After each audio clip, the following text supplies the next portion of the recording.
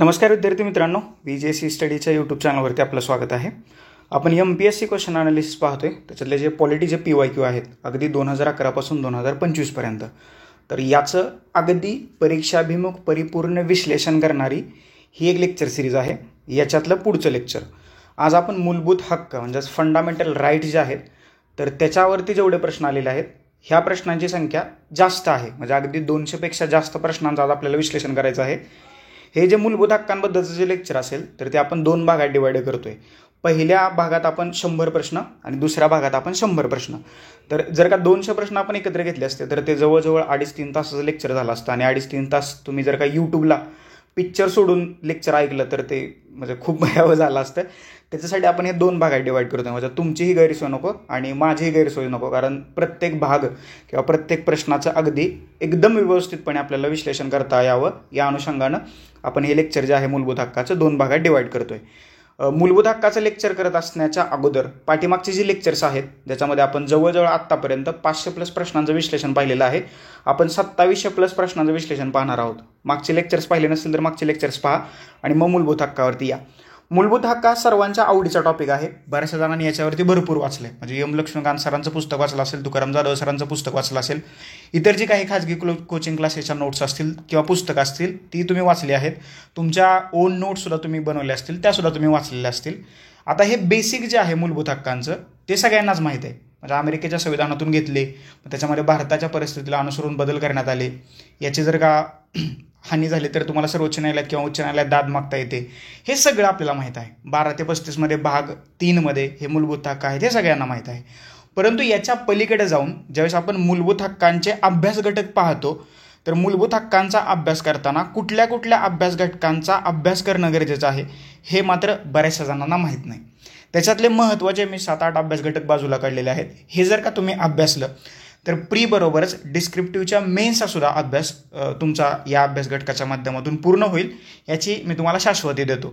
आता हे अभ्यास घटक पर्टिक्युलर एकाच पुस्तकातून करायचे आहे का ना, पॉलिटीशी संबंधित जेवढे दर्जेदार पुस्तकं तुमच्या हाताला लागतील, उदाहरणार्थ NCERT आहेत की जे बेसिक आहे ते तुम्ही वाचलं पाहिजे. याशिवाय तुकाराम जाधव सरांचं जे पुस्तक आहे खंड ते तुम्ही वाचलं पाहिजे. M. लक्ष्मीकांत तर पॉलिटीच्या अभ्यासासाठी बायबल आहे, नो डाऊट अबाउट दॅट. सगळ्यांनी ते वाचलेलं आहे, ते वाचा. D.D. बासूंचं पुस्तक आहे ते वाचा. ग्रॅन्युअल ऑस्टिनचं पुस्तक आहे ते वाचा. सुभाष कश्यप सरांचं पुस्तक आहे ते वाचा. कुठलंही एक दर्जेदार रेफरन्स बुक वाचा. त्याच्याबद्दल मी काय तुम्हाला सांगत नाही. जर का कोणाला काय पाहिजे असेल तर मला पर्सनल मेसेज करा, मी सांगतो कुठलं पुस्तक त्याच्यातला कुठला पर्टिक्युलर टॉपिक वाचायला पाहिजे. आता ज्यावेळेस आपण अभ्यास घटक बघू मूलभूत हक्क फंडामेंटल राईटच्या संबंधित, त्याच्यात पहिल्यांदा सगळ्यात महत्त्वाचा जो अभ्यास घटक असतो तर तो असतो हक्काची संकल्पना. ही PDF तुम्हाला VJC स्टडीच्या टेलिग्राम चॅनलवरती फ्री ऑफ कॉस्ट मिळेल. PDF कुठे मिळेल म्हणून जर का कोणाला विचारायचं असेल तर ते आता विचारू नका. VJC स्टडीच्या टेलिग्राम चॅनलवरती फ्री ऑफ कॉस्ट. पहिली आहे हक्काची संकल्पना. म्हणजे काय आहेत हक्क? म्हणजे आधुनिक काळातील राजकीय जीवनातील हक्क ही एक महत्त्वाची संकल्पना आहे. व्यक्ती आणि राज्यसंस्थेच्या परस्पर संबंधाचा विचार केल्यास व्यक्तीला राज्याकडून काय प्राप्त होतं आणि व्यक्तीची राज्याप्रती काय कर्तव्य आहेत या 2 महत्त्वपूर्ण बाबी जर का लक्षात घेतल्या तर त्याच्यामध्ये सर्वसाधारणपणे हक्क म्हणजे व्यक्तीने राज्याकडे केलेले दावे असं मानलं जातं. ही हक्काची मूलभूत संकल्पना आहे.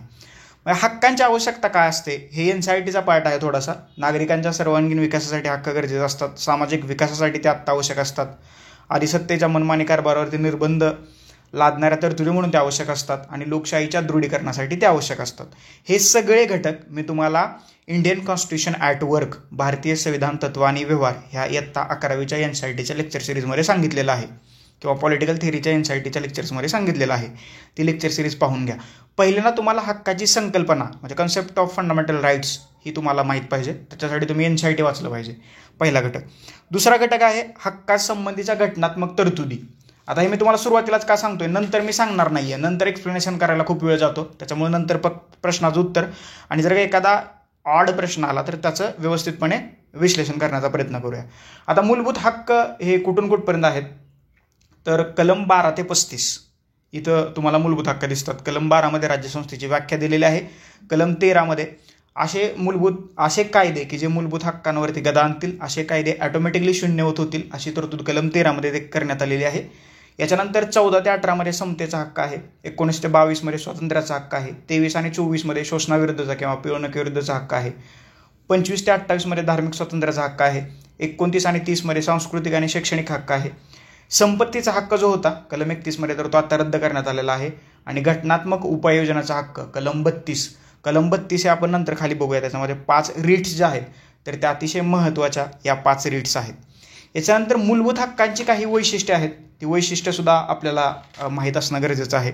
त्याच्यानंतर धार्मिक स्वातंत्र्य आणि जीविताचा हक्क, हे जे 2 मूलभूत हक्क आहेत, म्हणजे 25 ते 28 मधली जी कलम आहेत धार्मिक स्वातंत्र्य आणि कलम 21 राईट टू लाईफ, हे 2 मूलभूत हक्क आहेत. म्हणजे पर्टिक्युलर जर का आपण गट विचारात न घेता तर याच्यावरती आयोगाने अगदी वारंवार प्रश्न विचारलेले आहेत. त्याच्यामुळे तुम्हाला तेही माहीत असायला पाहिजे.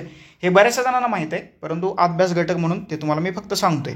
कलम 32 त्याच्या अंतर्गत रिट्स किंवा प्राधिलिक काढण्याचा अधिकार जो आहे तर तो उच्च आणि सर्वोच्च न्यायालयाला देण्यात आलेला आहे. त्याच्यातल्या ज्या 5 रिट्स आहेत तर त्या कोणत्या आहेत तर ते तुम्हाला माहीत असायला पाहिजे. आता या रीट्स कोणत्या आहेत? पहिले आहे बंदी प्रत्यक्षीकरण, त्याला आपण इंग्लिशमध्ये हिबियस कॉर्पस असं म्हणतो. दुसरे आहे परमादेश म्हणजेच मॅन्डॅमस त्याला म्हणतो. त्याच्यानंतर तिसरे आहे प्रतिषेध म्हणजेच प्रोहिबिशन म्हणतो. चौथे आहे उत्प्रेषण म्हणजे सिरिटोरिया त्याला आपण म्हणतो. आणि 5वी आणि शेवटची अधिकार पृच्छा म्हणजेच कोवारंटो. तर या 5 रीट्स तुम्हाला माहीत असल्या पाहिजे. 32 पर्यंत मूलभूत हक्क आहेत. कलम 33 नंतर सशस्त्र दले आणि मूलभूत हक्क त्याच्याबद्दलचं वर्णन आहे. कलम 34 मध्ये लष्करी शासन मार्शल लॉ आणि मूलभूत हक्क आहे. कलम 35 मध्ये ठराविक मूलभूत हक्कांची परिणामकारकता देण्यात आलेली आहे. त्याच्यामुळे 32 ते 35 हे जे आहेत त्याच्यामधला 32 जो आहे हा मूलभूत हक्कांचा मूलभूत हक्क आहे असं म्हटलं जातं. आणि डॉक्टर आंबेडकरांनी हा राज्यघटनेचा आत्मा आहे किंवा राज्यघटनेतला अतिशय महत्त्वाचा आर्टिकल म्हणून कलम 32 कडे पाहिलं जातं.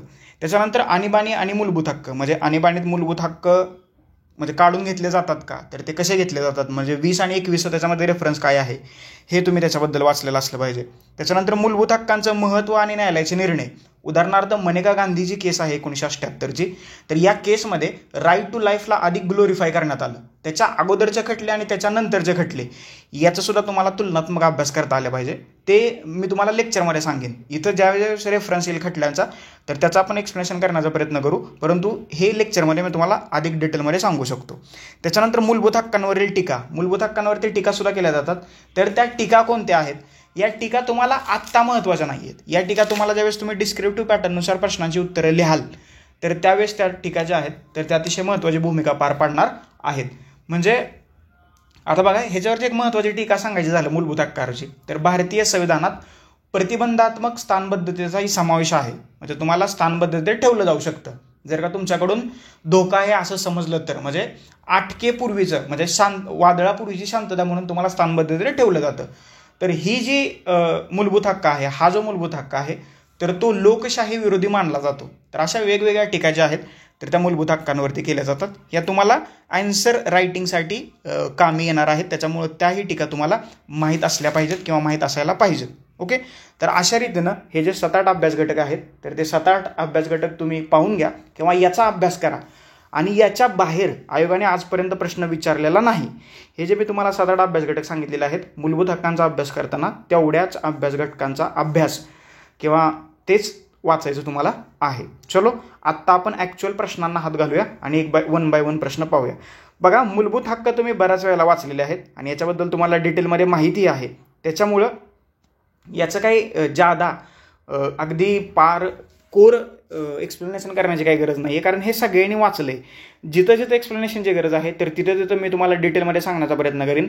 जिथं एक्सप्लेनेशनची गरज नाही आहे तिथं आपण वरून चर्चा करूया, कारण सगळ्यांनीच हे वाचले. बऱ्याचशा जणांचे आर्टिकल पार्ट आहेत.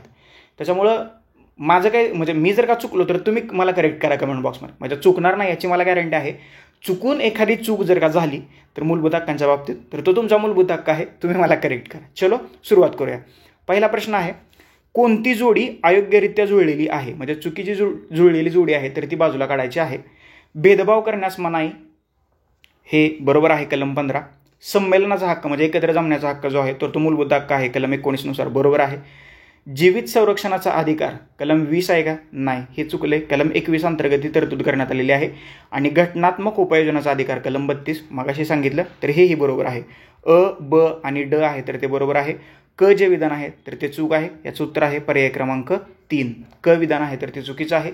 जीविताचा संरक्षणाचा अधिकार म्हणजे राईट टू लाईफ हे कलम 20 नाही आहे, तर ते कलम 21 मध्ये त्याची तरतूद करण्यात आलेली आहे. पहिल्या प्रश्नाचं उत्तर आहे पर्याय क्रमांक 3. पुढचा प्रश्न जोड्या लावायच्या आहेत तुम्हाला. बघा काय आहे, कारखाने किंवा इतर धोकादायक कामामध्ये मुलांना कामावर ठेवण्यास प्रतिबंध याच्या संबंधी जोड्या आहेत. ए आणि बी हे 2 कॉलम दिलेले आहेत. बालमजुरी प्रतिबंध व नियमन कायदा, खाणी अधिनियम, विडी व सिगारेट मजूर कायदा आणि मोटार वाहतूक मजूर कायदा. हा जो प्रश्न आहे तर हा प्रश्न हॅशटॅगमध्ये गेलेला आहे. याचं उत्तर आपण शेवटी मी तुम्हाला सांगतो की याचं उत्तर कोणतं बरोबर आहे आणि हा प्रश्न शेवटी आपण करेक्ट करून घेऊया. आत्ता फक्त हा हॅशटॅगमध्ये टाका. हॅशटॅगमधले प्रश्न शक्यतो परत रिपीट झालेले नाही आहेत. हा प्रश्न कधीच परत रिपीट झालेला नाही. पुढचा प्रश्न आहे, मूलभूत अधिकारांतर्गत अपराध म्हणून केलेल्या कृत्यांसाठी शिक्षेची तरतूद करण्यासाठी कायदा करण्याचा अधिकार संसदेला असेल. यामध्ये डॅश डॅश याचा समावेश होतो. कायदा करण्याचा जर का अधिकार संसदेला असेल किंवा शिक्षाची तरतूद करण्यासाठी कायदा करण्याचा अधिकार जर का संसदेला असेल तर त्याच्यामध्ये कशाचा खालीलपैकी समावेश होतोय ते तुम्हाला सांगायचं आहे. बघा, सार्वजनिक नोकऱ्यामध्ये संधीची समानता नाही, हे काय लागू होत नाहीये. त्याच्यानंतर मानवी तस्करी व शक्तीचं श्रम यावरती प्रतिबंध ह्याच्या संबंधी कायदा करू शकतं. अस्पृश्यतेचं उच्चाटन याच्या संबंधी सुद्धा संसद कायदा करू शकते. आणि अल्पसंख्याकांच्या हिताचे संरक्षण याच्या संबंधी नाहीये. तर या प्रश्नाचं उत्तर आहे बी आणि सी. पर्याय क्रमांक 4 जे आहे तर या प्रश्नाचं बरोबर उत्तर आहे. म्हणजे प्रश्न काय आहे अजून एकदा वाचा. मूलभूत अधिकारांतर्गत अपराध म्हणून वर्णन केलेल्या कृत्यांसाठी शिक्षेची तरतूद करण्यासाठी कायदा करण्याचा अधिकार जो आहे तर तो संसदेला आहे. कुठल्या घटकांबद्दल संसद कायदा करू शकते, जर का मानवी तस्करी आणि शक्तीचं जर का श्रम होत असेल तर याला आळा घालण्यासाठी संसद कायदा करू शकते आणि अस्पृश्यतेच्या उच्चाटनासाठी संसद कायदा करू शकते. अल्पसंख्याकांच्या हिताचं रक्षण आणि सार्वजनिक नोकऱ्यामध्ये संबंधीची समानता याची तरतूद ऑलरेडी राज्यघटनेतच करण्यात आलेलं आहे. याच्या संबंधी काही शिक्षेसाठी वेगळी तरतूद करण्याची गरज जी आहे तर ती राज्यघटनेला म्हणजे संसदेला नाही. त्याच्यामुळे याचं उत्तर आहे पर्याय क्रमांक 4. बी आणि सी ही जी 2 विधानं आहेत तर ती बरोबर आहेत. पर्याय क्रमांक 4 याचं अचूक उत्तर आहे. पुढचा प्रश्न, योग्य कथनं किंवा बरोबर विधानं तुम्हाला ओळखायचे आहेत. 2 विधानं दिलीत. मूलभूत अधिकारांच्या अंमलबजावणीसाठी योग्य कार्यपद्धतीने सर्वोच्च न्यायालयात जाण्याच्या अधिकाराची हमी आहे. हे बरोबर वाटतंय का तुम्हाला? तर बरोबर आहे. कलम 32 नुसार तुम्ही उच्च न्यायालयात जाऊ शकता आणि कलम 226 नुसार कलम 32 नुसार तुम्ही सर्वोच्च न्यायालयात जाऊ शकता आणि कलम 226 नुसार तुम्ही उच्च न्यायालयात जाऊ शकता. आलं लक्षात? पहिलं वाक्य बरोबर आहे. दुसरं वाक्य, राष्ट्रीय आणीबाणीच्या काळात मूलभूत अधिकारांच्या अंमलबजावणीसाठी कोणत्याही न्यायालयात जाण्याचा अधिकार राष्ट्रपती रद्द किंवा निलंबित करू शकतात. हे ॲब्सोल्युटली करेक्ट आहे. हे सुद्धा वाक्य.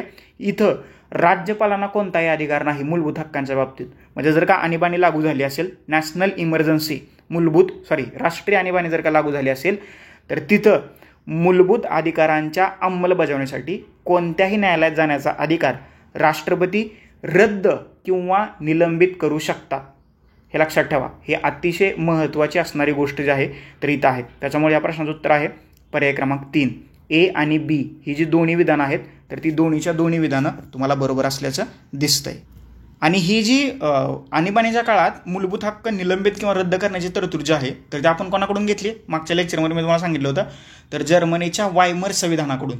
आलं लक्षात? तर हे आपण तरतूद घेतलेले आहे हे लक्षात ठेवा. आणि इथं राष्ट्रपतींना जास्तीचे अधिकार आहेत, राज्यपालांना नाही. इथं तुम्हाला राज्यपाल जरी शब्द टाकला तर नवीन प्रश्न तयार होतोय. त्याच्यामुळे हे लक्षात ठेवा.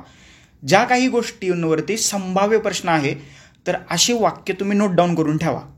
आलं लक्षात? जर्मनीचं वायबर संविधान आणीबाणीच्या काळात काय होऊ शकतं? मूलभूत हक्क निलंबित किंवा रद्द केले जाऊ शकतात आणि त्याच्याबद्दलचे राईट्स कोणाकडे आहेत? भारताच्या राष्ट्रपतींकडे आहेत. बरोबर. पुढचा प्रश्न, भारतीय राज्यघटनेतील कोणते कलम जीवित आणि व्यक्तिगत स्वातंत्र्याच्या संरक्षणाची हमी देतं? सगळ्यांनाच माहीत आहे. पर्याय क्रमांक 3 राईट टू लाईफ आर्टिकल 21. या पर्टिक्युलर आर्टिकल 21 बद्दल जेवढे खटले सर्वोच्च न्यायालयात उभा राहिलेले आहेत तर तेवढे खटले तुम्ही एकदा वाचून घ्या. कारण भविष्यात याच्यावरती प्रश्न येण्याची दाट शक्यता आहे. कारण हा जो आहे तर तो जरा चर्चेचा विषय ठरतोय. ओके, येतं का लक्षात? त्याच्यामुळं याच्याबद्दल डिटेलमध्ये वाचून घ्या. म्हणजे खटल्यांच्या वेळेस ज्यावेळेस खटल्यांचे PYQ येतील तर त्यावेळेस आपण त्याच्यावरती चर्चा करूयाच. परंतु जर का तुम्ही त्याचा एक्स्ट्राचा अभ्यास केला तर ते तुम्हाला अधिक फायदेशीर ठरू शकतं. त्याच्यामुळे प्लीज माझी रिक्वेस्ट आहे तुम्हाला आर्टिकल 21शी संबंधित जेवढे खटले आहेत त्याच्यातला सगळ्यात फेमस खटला कुठला असेल? आत्ताच मी तुम्हाला सांगितलं, मनेका गांधी केस. ओके, त्याच्यातला सगळ्यात फेमस खटला आहे. सुभाष कुमार खटला आहे, त्याच्यानंतर DK बसू खटला आहे, झहीर हबीबुल्ला खटला आहे. असे वेगवेगळे खटले आहेत. म्हणजे अगदी प्रतिष्ठेसाठी होणाऱ्या हॉनर किलिंग, हत्येविरुद्धचा हक्कसुद्धा हा मूलभूत हक्क आहे. अगदी 2018पर्यंत विजेचा हक्क, म्हणजे तुम्ही तो पिक्चर पाहिला असेल, चित्रपट पाहिला असेल, मीटर डाऊन बत्तीगुल मीटर डाऊन, तो जो चित्रपट आहे तर तो मदनलाल विरुद्ध हिमाचल प्रदेश राज्य हा खटला सर्वोच्च न्यायालयात 2018ला उभा राहिला होता विजेच्या हक्कासंबंधी. तर त्याच्याविषयी आधारित असणारा तो खटला आहे. त्याच्यामुळे मूलभूत हक्क 21 आर्टिकल 21 संबंधित जेवढे खटले आहेत, म्हणजे 2024पर्यंत 41 खटले की त्या खटल्यात वेगवेगळ्या निर्णयात सर्वोच्च न्यायालयाने या मूलभूत हक्कांना किंवा राईट टू लाईफला अधिक ग्लोरिफाय केलं आहे. असे सगळे खटले एकदा वाचून घ्या, काय जात नाही, वाचलं तर काय ते वाया नाही जाणार. आर्टिकल 21. पुढचा, भारतीय संविधानाच्या कोणत्या अनुच्छेदानुसार राज्याचं धर्मनिरपेक्ष स्वरूप प्रकट होते? धर्मनिरपेक्ष, राज्य सिक्युलर आहे हे स्वरूप जे आहे तर ते प्रकट होते. ओके, येते लक्षात. काय आहे? कलम 15. कलम 15मध्ये आहे का? काय वाटतं तुम्हाला? कलम 15मध्ये सुद्धा आहे. कलम 25मध्ये आहे का? कलम 25मध्ये सुद्धा धर्मनिरपेक्षाबद्दलच्या तरतुदी आहेत. कलम 44 आहे का? समानता, त्याच्यामध्ये सुद्धा आहे. कलम 40 नाही, कारण तिथं मूलभूत हक्कच संपत आहेत. त्याच्यामुळं अ, ब आणि क ही जी विधानं आहेत तर ती 4च्या 4 विधानं जी आहेत तर ती बरोबर असल्याचं आपल्याला दिसून येते. आता मी कलम 15 काय आहे, कलम 25 काय आहे किंवा कलम 44 काय आहे हे अगदी डिटेलमध्ये सांगत बसण्यापेक्षा आपण जास्तीचं जे गरजेचं एक्सप्लेनेशन आहे तर ते मी तुम्हाला देतो. हे तुम्ही बऱ्याच जणांनी पाठ केले, मला माहीत आहे. सगळे तुमचे मूलभूत हक्क त्याच्याशी रिलेटेड कलम पाठ आहेत, बऱ्याचशा जणांचे पाठ आहेत. ओके, समजलं. चला पुढचा प्रश्न, खालीलपैकी कोणतं विधान चुकीचं आहे? बरोबर, चुकीचं विधान तुम्हाला ओळखायचं आहे. भाषण आणि अभिव्यक्ती स्वातंत्र्य अनिर्बंध नाही. काय वाटतं तुम्हाला, हे वाक्य बरोबर आहे की चूक आहे? तर हे वाक्य ॲब्सोल्युटली करेक्ट आहे. कलम 19(1)(a) मध्ये अभिव्यक्ती स्वातंत्र्याच्या तरतुदी दिलेल्या आहेत आणि कलम 19(2) मध्ये याच्यावरती निर्बंध दिलेले आहेत. त्याच्यामुळं भाषण आणि अभिव्यक्ती स्वातंत्र्य हे अनिर्बंध नाही आहे. म्हणजे तुम्ही उद्या उठून भारताला शिव्या द्यायला लागला, भारताच्या विरोधात जर का घोषणा द्यायला लागला तर हा तुमचा अभिव्यक्ती स्वातंत्र्याचा हक्क नाही आहे. तुमच्यावरती तिथं राज्यद्रोहाचा किंवा देशद्रोहाचा गुन्हा दाखल होऊ शकतो. त्याच्यामुळे ते अनिर्बंध नाही आहे. दुसरं वाक्य बघा, हे वाक्य पहिलं बरोबर आहे.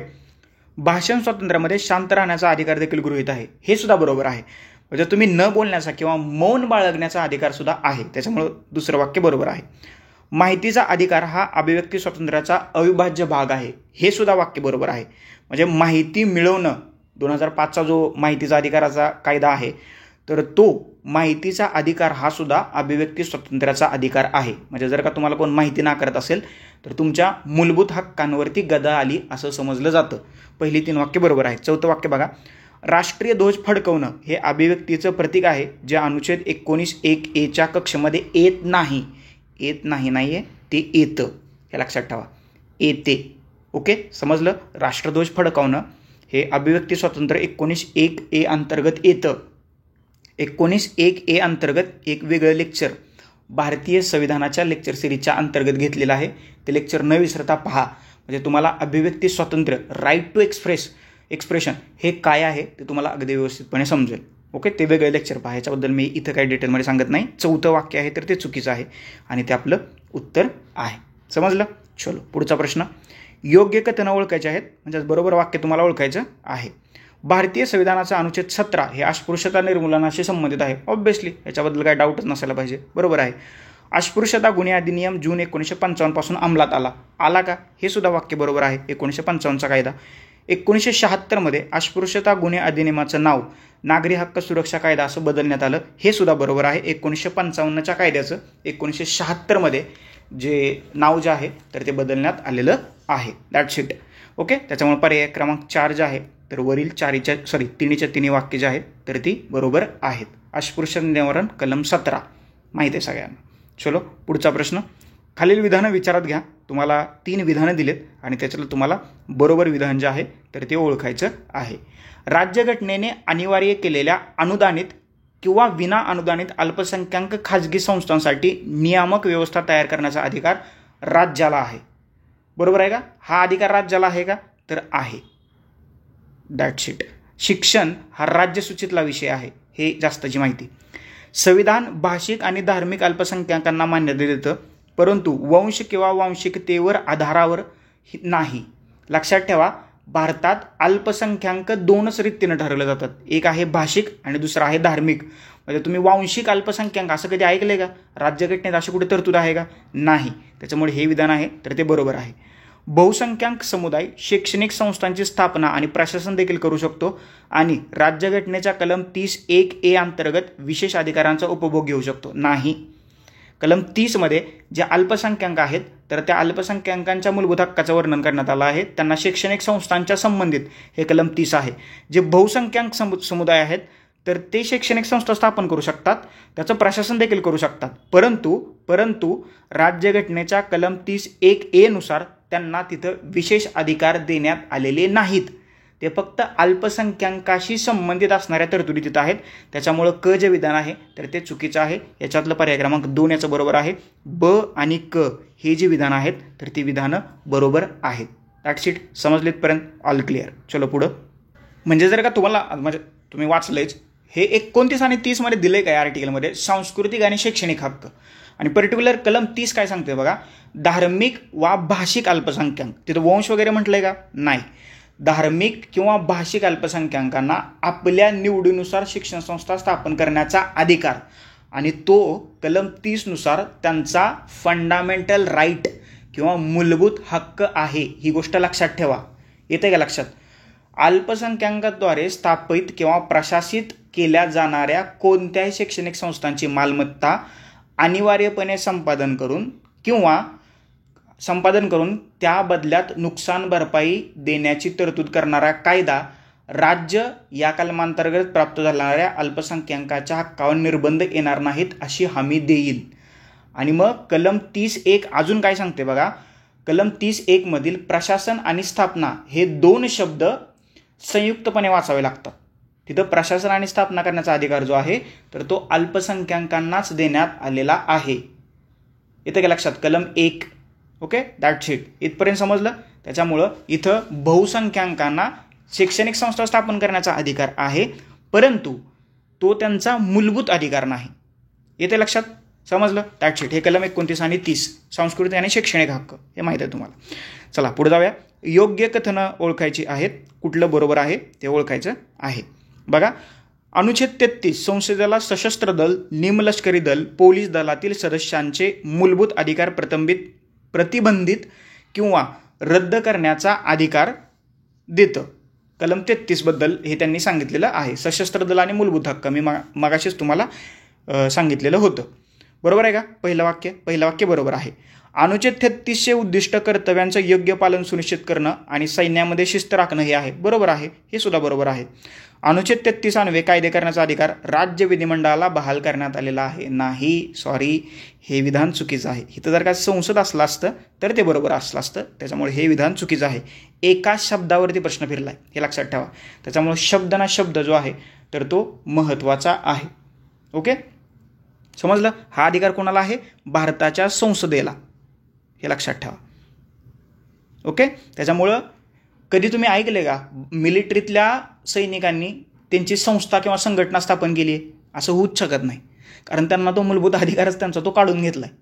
ओके, म्हणजे कलम 33 काय म्हणते? सशस्त्र दले, निमलष्करी दले, पोलीस दलं, गुप्तचर यंत्रणा किंवा इतर दलांच्या सदस्यांना प्राप्त असलेल्या मूलभूत हक्कांवर निर्बंध लादण्याचा किंवा त्यांचा संक्षेप करण्याचा अधिकार कलम 33 नुसार भारताच्या संसदेला देण्यात आलेला आहे.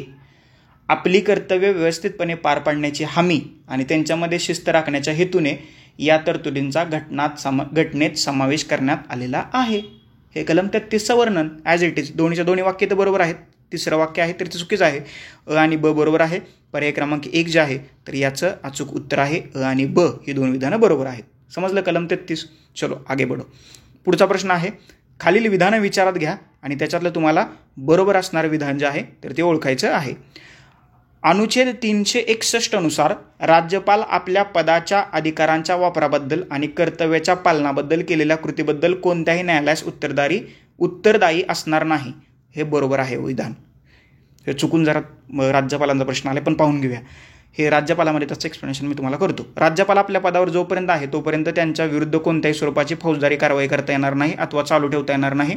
हे सुद्धा वाक्य आहे. तर हे सुद्धा वाक्य बरोबर आहे. ओके. राष्ट्रपती पद परंतु दिवाणी कारवाई केली जाऊ शकते, हे एक एक्स्ट्राची माहिती. राष्ट्रपती पद हे कार्यात्मकतेपेक्षा समारंभात्मक आहे, परंतु राज्यपाल पद हे समारंभात्मक त्याचप्रमाणे कार्यात्मक देखील आहे, हेही बरोबर आहे. म्हणजे भारताचे राष्ट्रपती नवीन पाहुणे आले की त्यांचं स्वागत करा, त्यांना जेवायला बोलवा, त्यांच्याशी गप्पा मारा, हे काम राष्ट्रपतीचं असतं. परंतु राज्यपाल समारंभात्मक पदसुद्धा आहे आणि राज्यपाल इतरसुद्धा महत्त्वाची कामं राज्यात पार पाडत असतो. त्याच्यामुळे क सुद्धा विधान बरोबर आहे. याचं उत्तर आहे पर्याय क्रमांक 3. विधान अ, ब आणि क ही वाक्य बरोबर आहेत. ओके. चुकून दुसरा प्रश्न आला होता. चला मूलभूत हक्कांवर बॅक टू पॅव्हेलियन. योग्य कथन ओळखा. योग्य विधान ओळखायचं आहे. अनुच्छेद 17 अस्पृश्यतेचं निर्मूलन करतं आणि ती कोणत्याही स्वरूपात पाळणं कायद्यानुसार दंडनीय गुन्हा ठरतो. बरोबर आहे पहिलं वाक्य, त्याच्यामध्ये काही डाऊटच असण्याचं कारण नाही आहे. जून 1955 अस्पृश्यता गुन्हे निवारण कायदा अंमलात आला. बरोबर आहे का? तर हे जून 1955 हा कायदा अंमलात आलेला आहे. हे सुद्धा वाक्य बरोबर आहे. या प्रश्नाचं उत्तर आहे पर्याय क्रमांक 3. दोन्हीच्या दोन्ही विधान आहेत तर ती ॲब्सोल्युटली करेक्ट आहेत. म्हणजे कलम 17 जर का तुम्हाला ॲज इट इज सांगायचं झालं तर तिथं सरळ सरळ लिहिले अस्पृश्यतेचे उच्चाटन. या कलमानुसार अस्पृश्यतेच्या अमानवी किंवा शोषणात्मक प्रथेचं पूर्णपणे उच्चाटन केल्याचं जाहीर करण्यात आले आणि मग कोणत्याही स्वरूपातील अस्पृश्यतेस प्रतिबंधित करण्यात आलेलं आहे. ओके. आणि जर का अस्पृश्यतेतून उद्भवणारी कोणतीही असमर्थता अथवा दुर्बलता लादणं हा कायद्यानुसार शिक्षापात्र अपराध आहे. आणि या कलम 17 ज्या तरतुदी आहेत त्या अधिक इफेक्टिव्ह बनवण्यासाठी संसदेनं अस्पृश्यता अपराध कायदा 1955 म्हणजे अनटचॅबिलिटी ऑफेन्सेस ॲक्ट 1955 पारित केला. मग 1976 साली या कायद्याचं नाव बदललं आणि त्याचं नाव नागरी अधिकार संरक्षण कायदा 1955 म्हणजे protection of civil rights act 1955 असं करण्यात आलं. आणि या कायद्याची व्याप्ती जी होती तर ती वाढवली. पुन्हा अस्पृश्यतेच्या गुन्ह्याचा समावेश असणाऱ्या प्रकरणांची संख्या वाढत होती. त्यामुळे संसदेनं मग पुन्हा 1989 साली अनुसूचित जाती आणि जमाती अत्याचार प्रतिबंधक कायदा जो आहे तर तो पारित केलेला आहे. That's it. इथपर्यंत समजलं. तर हे होतं राज्यघटनेचं कलम 17 अस्पृश्यता निवारण. हे तुमचं पाठ झालेलं असेल. आता पुढचा प्रश्न काय आहे? जोड्या लावायच्या आहेत. बघा किती जणांच्या जोड्या जुळतात पाहूया, जसं आयुष्यात जुळतं. काय आहे प्रश्न? गुन्ह्यांसाठी दोषी ठरवण्याच्या संदर्भात संरक्षण कुठं दिलेलं आहे? कलम 20 मध्ये हे तरतूद करण्यात आलेलं आहे. जीवन व वैयक्तिक स्वातंत्र्याचं संरक्षण ही तरतूद कुठं करण्यात आलेली आहे? कलम 21 मध्ये राईट टू लाईफ. अटक व अटकेपासून संरक्षणाची तरतूद कुठं करण्यात आलेली आहे? कलम 22 मध्ये करण्यात आलेली आहे. शोषणाविरुद्धचा अधिकार हे मागाशी सांगितले तुम्हाला किंवा पिळवणुकीविरुद्धचा अधिकार हा कुठं दिलेला आहे? कलम 23 आणि 24 या 2 कलमामध्ये याच्याबद्दलची तरतूद जी आहे तर ती करण्यात आलेली आहे. इथपर्यंत समजलं? That's it. त्याच्यामुळे या प्रश्नाचं उत्तर काय असलं पाहिजे? अ ला 2, ब ला 4, त्याच्यानंतर क ला 3 आणि ड ला 1 असा ऑप्शन एकाच ठिकाणी आहे. पर्याय क्रमांक 4. ओके. पर्याय हा 3 नंबरचा पर्याय इथं 4 झाले. पर्याय क्रमांक 4 जे आहे तर याचं अचूक उत्तर आहे. चला पुढचा प्रश्न. Doctor B.R. आंबेडकरांनी भारतीय राज्यघटनेतील कोणत्या कलमाला भारतीय राज्यघटनेचं हृदय किंवा आत्मा असं संबोधलेलं आहे? मागाशीच तुम्हाला अगदी एका लाईनमध्ये सांगितलं होतं. ते कलम कोणतं आहे? कोणतं कलम आहे? भारतीय राज्यघटनेचं कलम 32च्या कलमानुसार 5 प्रकारच्या रिट्स ज्या आहेत किंवा प्राधिलेख ज्या आहेत तर त्या काढल्या जातात. ओके. कलम 32 नुसार जर का तुमच्या मूलभूत हक्कांचं उल्लंघन झालं असेल, त्याच्यावरती मर्यादा असल्या असतील तर ती तुम्हाला डिरेक्टली सर्वोच्च न्यायालयात जाता येतं आणि कलम 226 नुसार तुम्हाला उच्च न्यायालयात दाद मागता येते. ओके. त्याच्यामुळं डॉक्टर B.R. आंबेडकरांनी याला किंवा या पर्टिक्युलर कलमाला राज्यघटनेचा आत्मा असं संबोधलेलं आहे. ओके. आणि हे मूलभूत हक्कांमधलाच एक मूलभूत हक्क आहे असं सुद्धा या कलमाला म्हटलं जातं. पुढचा प्रश्न. योग्य कथन तुम्हाला ओळखायचं आहे. 2 वाक्य दिलेले आहेत.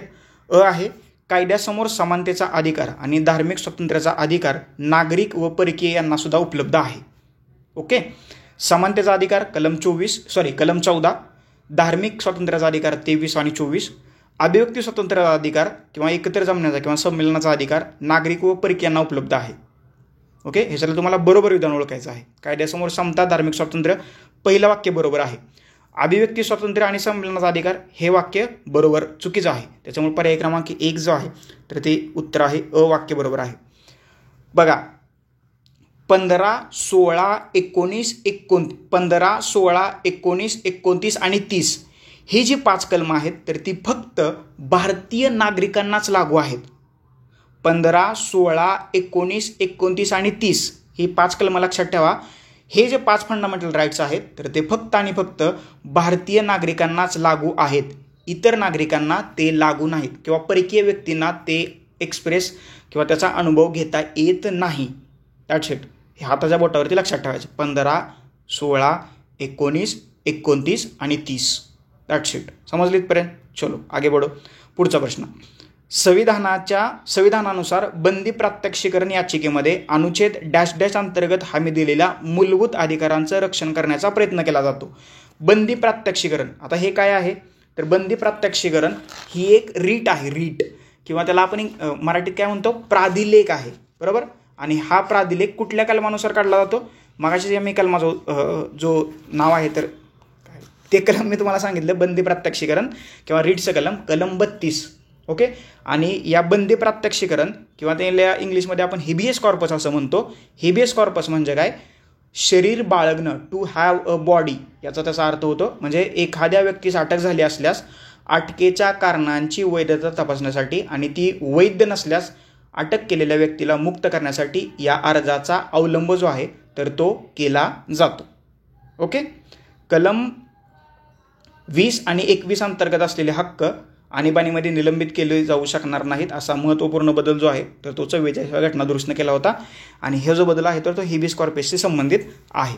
तर या कलम 16 नाही, ह्याच्यामध्ये पर्याय काय आहेत? कलम 18 आहे, त्याच्यानंतर कलम 19, कलम 21, कलम 25, कलम 22. अनुच्छेद म्हणजेच कलम. तर याचं उत्तर आहे पर्याय क्रमांक 4 ब, क आणि ई. ओके. 19 आहे, 21 आहे आणि 22 आहे. या 3 कलमाशी रिलेटेड असणारी जर का कुठली रीट्स असेल तर ती आहे बंदी प्रात्यक्षिकरण किंवा हेबियस कॉर्पस. बाकी त्याच्यामध्ये रीट्स येत नाहीत. ओके. येते लक्षात? समजलं? याचं उत्तर आहे ब, क आणि ई. कलम 19, कलम 21 आणि कलम 22. That's it. समजलं? चलो आगे बढो. पुढचा प्रश्न आहे रीट्स. ह्याच्या जोड्या लावायच्या आहेत. आत्ताच मी तुम्हाला एका रीट्सचा अर्थ सांगितलेला आहे. बंदी प्रात्यक्षिकरण म्हणजे काय? अटक जी झालेली आहे आत्ता मी सांगितलं तर ती वैध आहे की अवैध आहे हे चेक करणं. म्हणजे बंदी प्रात्यक्षिकरणला काय येईल? पर्याय क्रमांक 4 अटकेची कायदेशीरता तपासणं. परमादेश म्हणजे काय? परमादेश म्हणजे अधिकाऱ्यास कार्य करण्याचा आदेश देणं. त्याचं बला 3. अधिकारपृच्छा म्हणजे काय? अधिकारपृच्छा म्हणजे काय म्हणाल तुम्ही? अधिकारपृच्छा म्हणजे पदाची कायदेशीरता तपासणं. That's it. आणि उत्प्रेषण म्हणजे काय? तर खटला कनिष्ठ न्यायालयाकडून वरिष्ठ न्यायालयाकडे हस्तांतरित करणं. याचं उत्तर आहे 1. त्याच्यामुळं अला 4, बला 3, कला 2 आणि डला 1 ही उत्तरं आहेत. ह्या ज्या रीट्स आहेत तर त्या रीट्सवरती आधारित एक वेगळं लेक्चर आपल्या भारतीय संविधानच्या लेक्चर सिरीजमध्ये अवेलेबल आहे. जर का तुम्ही ते लेक्चर पाहिलं नसेल तर पहा, ते अतिशय महत्त्वाचं लेक्चर आहे. ओके. ह्या सगळ्या रीट्स तिथं तुम्हाला क्लिअर केलेल्या आहेत. याचं उत्तर असायला पाहिजे किती? असा पर्याय कुठं आहे तर पर्याय क्रमांक 2 अला 4, बला 3, कला 2, डला 1. पर्याय क्रमांक 2 याचं अचूक उत्तर आहे. That's it. चलो पुढचा प्रश्न पाहूया. प्रतिष्ठा आणि संधी यांच्या समानतेच्या संकल्पनेला भारतीय राज्यघटनेचा कलम डॅश डॅश ते डॅश डॅशमध्ये भरीव आशय व स्वरूप प्रदान केलेलं आहे. प्रतिष्ठा आणि संधी म्हणजे समतेचे जो मूलभूत हक्क आहे तर तो कुठून कुठपर्यंत आहे? 25 ते 28 नाही, 23 ते 43 नाही, 36 ते 51 नाही, असं एकच आहे कलम 14 ते 18. समतेचं मूलभूत हक्क तिथं आहे. त्याच्यामुळे याचं उत्तर आहे पर्याय क्रमांक 4. इथं बघा ना, प्रतिष्ठा आणि संधी यांची समानता कलम 14 ते 18. That's it. पहिला मूलभूत हक्कांचा पहिला तो ग्रुप आहे, गट आहे. बरोबर. समतेचा हक्क. त्याच्यानंतर खालीलपैकी कोणती जोडी योग्य आहे? योग्य असलेली जोडी ओळखायचं आहे. स्वातंत्र्याचा हक्क 14 ते 19 नाही, हे कुठून कुठपर्यंत आहेत? 19 ते 22. त्याच्यामुळं पहिलीच चुकीची आहे. सांस्कृतिक आणि शैक्षणिक हक्क 29 आणि 30 बरोबर आहे. घटनात्मक उपाययोजनाचा हक्क 32 बरोबर आहे. धार्मिक स्वातंत्र्य 25 ते 28 हे सुद्धा बरोबर आहे. त्याच्यामुळे याचं उत्तर आहे ब, क आणि ड, पर्याय क्रमांक 2. ओके, हे पाठ झाले तुमचं 19 ते 22 स्वातंत्र्याचा हक्क. त्याच्यामधलं कलम 19(1)A हे अतिशय महत्त्वाचं आहे. यावर्षी याच्यावरती प्रश्न येण्याची शक्यता आहे. ओके, त्याच्यामुळे ते वाचू. ते नेहमीच चर्चेचं कलम आहे. पुढचा प्रश्न आहे, खालीलपैकी कोणते किंवा कोणती मूलभूत कर्तव्य नाहीत. कर्तव्याचा प्रश्न इथं चुकून आलेला आहे. भारताचं सार्वभौमत्व, एकता आणि अखंडता टिकवणं किंवा संरक्षित करणं हे आहे. सार्वत्रिक निवडणुकीच्या वेळी आपल्या प्रौढ मताधिकाराचा वापर करणं हे नाही आहे. आपल्या संमिश्र संस्कृतीच्या वैभवशाली वारशाचं मूल्य जतन करणं हे बरोबर आहे. अ आणि क हे बरोबर आहेत. ब चुकीचं आहे, तर त्यांनी नाहीत विचारले, त्याच्यामुळं पर्याय क्रमांक 2 ब जे आहे तर ते मूलभूत कर्तव्य नाही. ते असायला पाहिजे होतं, चुकले. म्हणजे आत्ता ते मला वाटतं घटना दुरुस्ती होऊन ते टाकायला पाहिजे. येतं लक्षात. पुढचा प्रश्न बघा, खालील विधानं विचारात घ्या आणि त्याच्यातलं तुम्हाला बरोबर विधान जे आहे तर ते ओळखायचं आहे. बघा, विभागीय खटल्यासह म्हणजे डिपार्टमेंटल प्रोसिडिंगसह कोणत्याही खटल्यात कोणत्याही व्यक्तीस एकाच गुन्ह्यासाठी एकापेक्षा अधिक वेळा आरोपी केलं जाणार नाही व एकापेक्षा अधिक वेळा शिक्षा दिली जाणार नाही. तुम्हाला योग्य कथन ओळखायचं आहे. प्रश्न नीट लक्ष देऊन ऐका. बरोबर विधान ओळखायचं आहे. स्वतःविरुद्ध साक्ष न देण्याबाबतचं संरक्षण हे तोंडी किंवा कागदोपत्री पुरावा या दोन्ही बाबतीत लागू आहे. ॲब्सोल्युटली करेक्ट आहे. स्वतःविरुद्ध साक्ष न देण्याबाबतचं संरक्षण फौजदारी, दिवाणी अशा दोन्ही खटल्यांमध्ये लागू आहे. नाही, हे चुकीचं आहे. तर ब जे आहे तर ते फक्त बरोबर आहे. विभागीय खटल्यासाठी नाही. विभागीय खटल्यांना वेगळं तरतूद आहे आणि इतर खटल्यांना वेगळी तरतूद आहे. अ जे आहे तर ते चुकीचं आहे. परंतु तुम्हाला एकाच व्यक्तीला एकाच गुन्ह्यात एकापेक्षा जास्त वेळा शिक्षा मात्र देता येणार नाही, हे लक्षात ठेवा. विभागीय खटले त्याच्यामध्ये नाही. विभागीय खटला आणि इतर खटला त्याच्यामध्ये मात्र डिफरन्स केला जाऊ शकतो. त्याच्यामुळं ब जे आहे तर ते फक्त विधान बरोबर आहे. त्याच्यामुळं पर्याय क्रमांक 2 जे आहे तर त्याचं अचूक उत्तर आहे. ओके, समजलं. पुढचा प्रश्न, राज्यघटनेतील तरतुदीनुसार व्यक्तीस अभिव्यक्ती स्वातंत्र्याचा उपभोग खालील कोणत्या कारणासाठी करता येत नाही. अभिव्यक्ती स्वातंत्र्याचा म्हणजे कुठं तुम्हाला अभिव्यक्ती स्वातंत्र्याचा उपभोग घेता येत नाही असं त्यांनी विचारलंय. शासनावर टीका करण्यासाठी तुम्ही करू शकता का? करू शकता, म्हणजे हे बरोबर आहे. स्वतःच्या भावना व्यक्त करण्यासाठी करू शकता का? करू शकता. दुसऱ्याची बदनामी करण्यासाठी नाही, हे चुकीचं आहे. सरकारविरुद्ध बंड करण्यास लोकांना प्रवृत्त करण्यासाठी हेही चुकीचं आहे. त्याच्यामुळे याचं उत्तर आहे करता येत नाही म्हटलंय ना, तर क आणि ड ही जी दोन विधान आहेत तर ती बरोबर आहेत. त्याच्यामुळे पर्याय क्रमांक 3 जे आहे तर ते बरोबर आहे. तुम्ही दुसऱ्याची बदनामी करू शकत नाही. सोशल मीडियावरती सध्या तेच चाललंय, एकमेकांना ट्रोल करणं, परंतु ते तुमचा अभिव्यक्ती स्वातंत्र्याचा हक्क नाही आहे. आणि ड जे आहे सरकारविरुद्ध बंड करण्यास लोकांना प्रवृत्त तुम्ही करूच शकत नाही. ओके, तो राजद्रोह मानला जातो. ओके, त्याच्यामुळं क आणि ड ही दोन विधान आहेत तर ती चुकीची आहेत. त्याच्यामुळे पर्याय क्रमांक 3 जे आहे तर ते आपलं उत्तर आहे. प्रश्न समजतात ना? प्रश्न समजून घ्या. म्हणजे मूलभूत हक्कांच्या प्रश्नांवरचं वैशिष्ट्य काय आहे, ते प्रश्न थोडेसे हेवी लँग्वेजमध्ये त्यांनी विचारलेले आहेत. जर का प्रश्न तुम्हाला समजला तर कुठल्याही प्रश्नाचं उत्तर देणं जास्त अवघड नाही. त्याच्यामुळं प्रश्न जे आहेत तर ते प्रश्न समजून घेण्याचा प्रयत्न जो आहे तर तो तुम्ही करायचा आहे. अदरवाईज तुम्हाला ते समजण्याची शक्यता जी आहे तर ती थोडीशी कमी आपण म्हणू शकतो. ओके, इथपर्यंत येते लक्षात? येते का लक्षात? आता पुढचा प्रश्न हळूहळू जाण्याचा आपण प्रयत्न करूया. पुढचा कुठला प्रश्न आहे बघा, खालीलपैकी कोणत्या तरतुदी राज्यघटनेच्या अनुच्छेद 25 मध्ये समाविष्ट आहेत? 25. ओके, कलम 25. सदस्य विवेक बुद्धीचे स्वातंत्र्य आहे का? आहे. धार्मिक रिलेटेड धर्माचं पालन किंवा पूजा करण्याचा हक्क आहे का? आहे. धर्माचं आचरण करण्याचा हक्क आहे का? आहे. व्यक्तीचे विशिष्ट धर्मात धर्मांतर करण्याचा सुस्पष्ट हक्क नाही. हे मात्र तिथे तरतूद करण्यात आलेली नाही आहे. ड जे विधान आहे तर ते चुकीचं आहे. त्याच्यामुळं अ, ब आणि क या 3 तरतुदी आहेत तर त्या कलम 25 मध्ये अंतर्भूत आहेत. त्याच्यामुळे याचं उत्तर असायला पाहिजे पर्याय क्रमांक 1 अ, ब आणि क. आलं लक्षात? समजलं? चलो पुढे जाऊया. भारतीय राज्यघटनेनुसार नागरिकांचे आणि डॅश डॅश दिले त्यांनी आणि तुम्हाला बरोबर वाक्य ओळखायचं आहे. काय डॅश डॅश काय दिले त्यांनी? जीवित आणि व्यक्तिगत स्वातंत्र्य हे कोणत्याही परिस्थितीत हिरावून घेता येणार नाही. ओके, काय वाटतं तुम्हाला? हिरावून घेता येऊ शकतं का? येऊ शकतं, हे बरोबर आहे. आणीबाणीच्या काळात जीवित आणि व्यक्तिगत स्वातंत्र्य हे सर्व प्रकारच्या आणीबाणीच्या काळात राष्ट्रपतीद्वारे हिरावून घेतलं जाऊ शकतं? नाही, सर्व प्रकारच्या आणीबाणीमध्ये नाही आहे.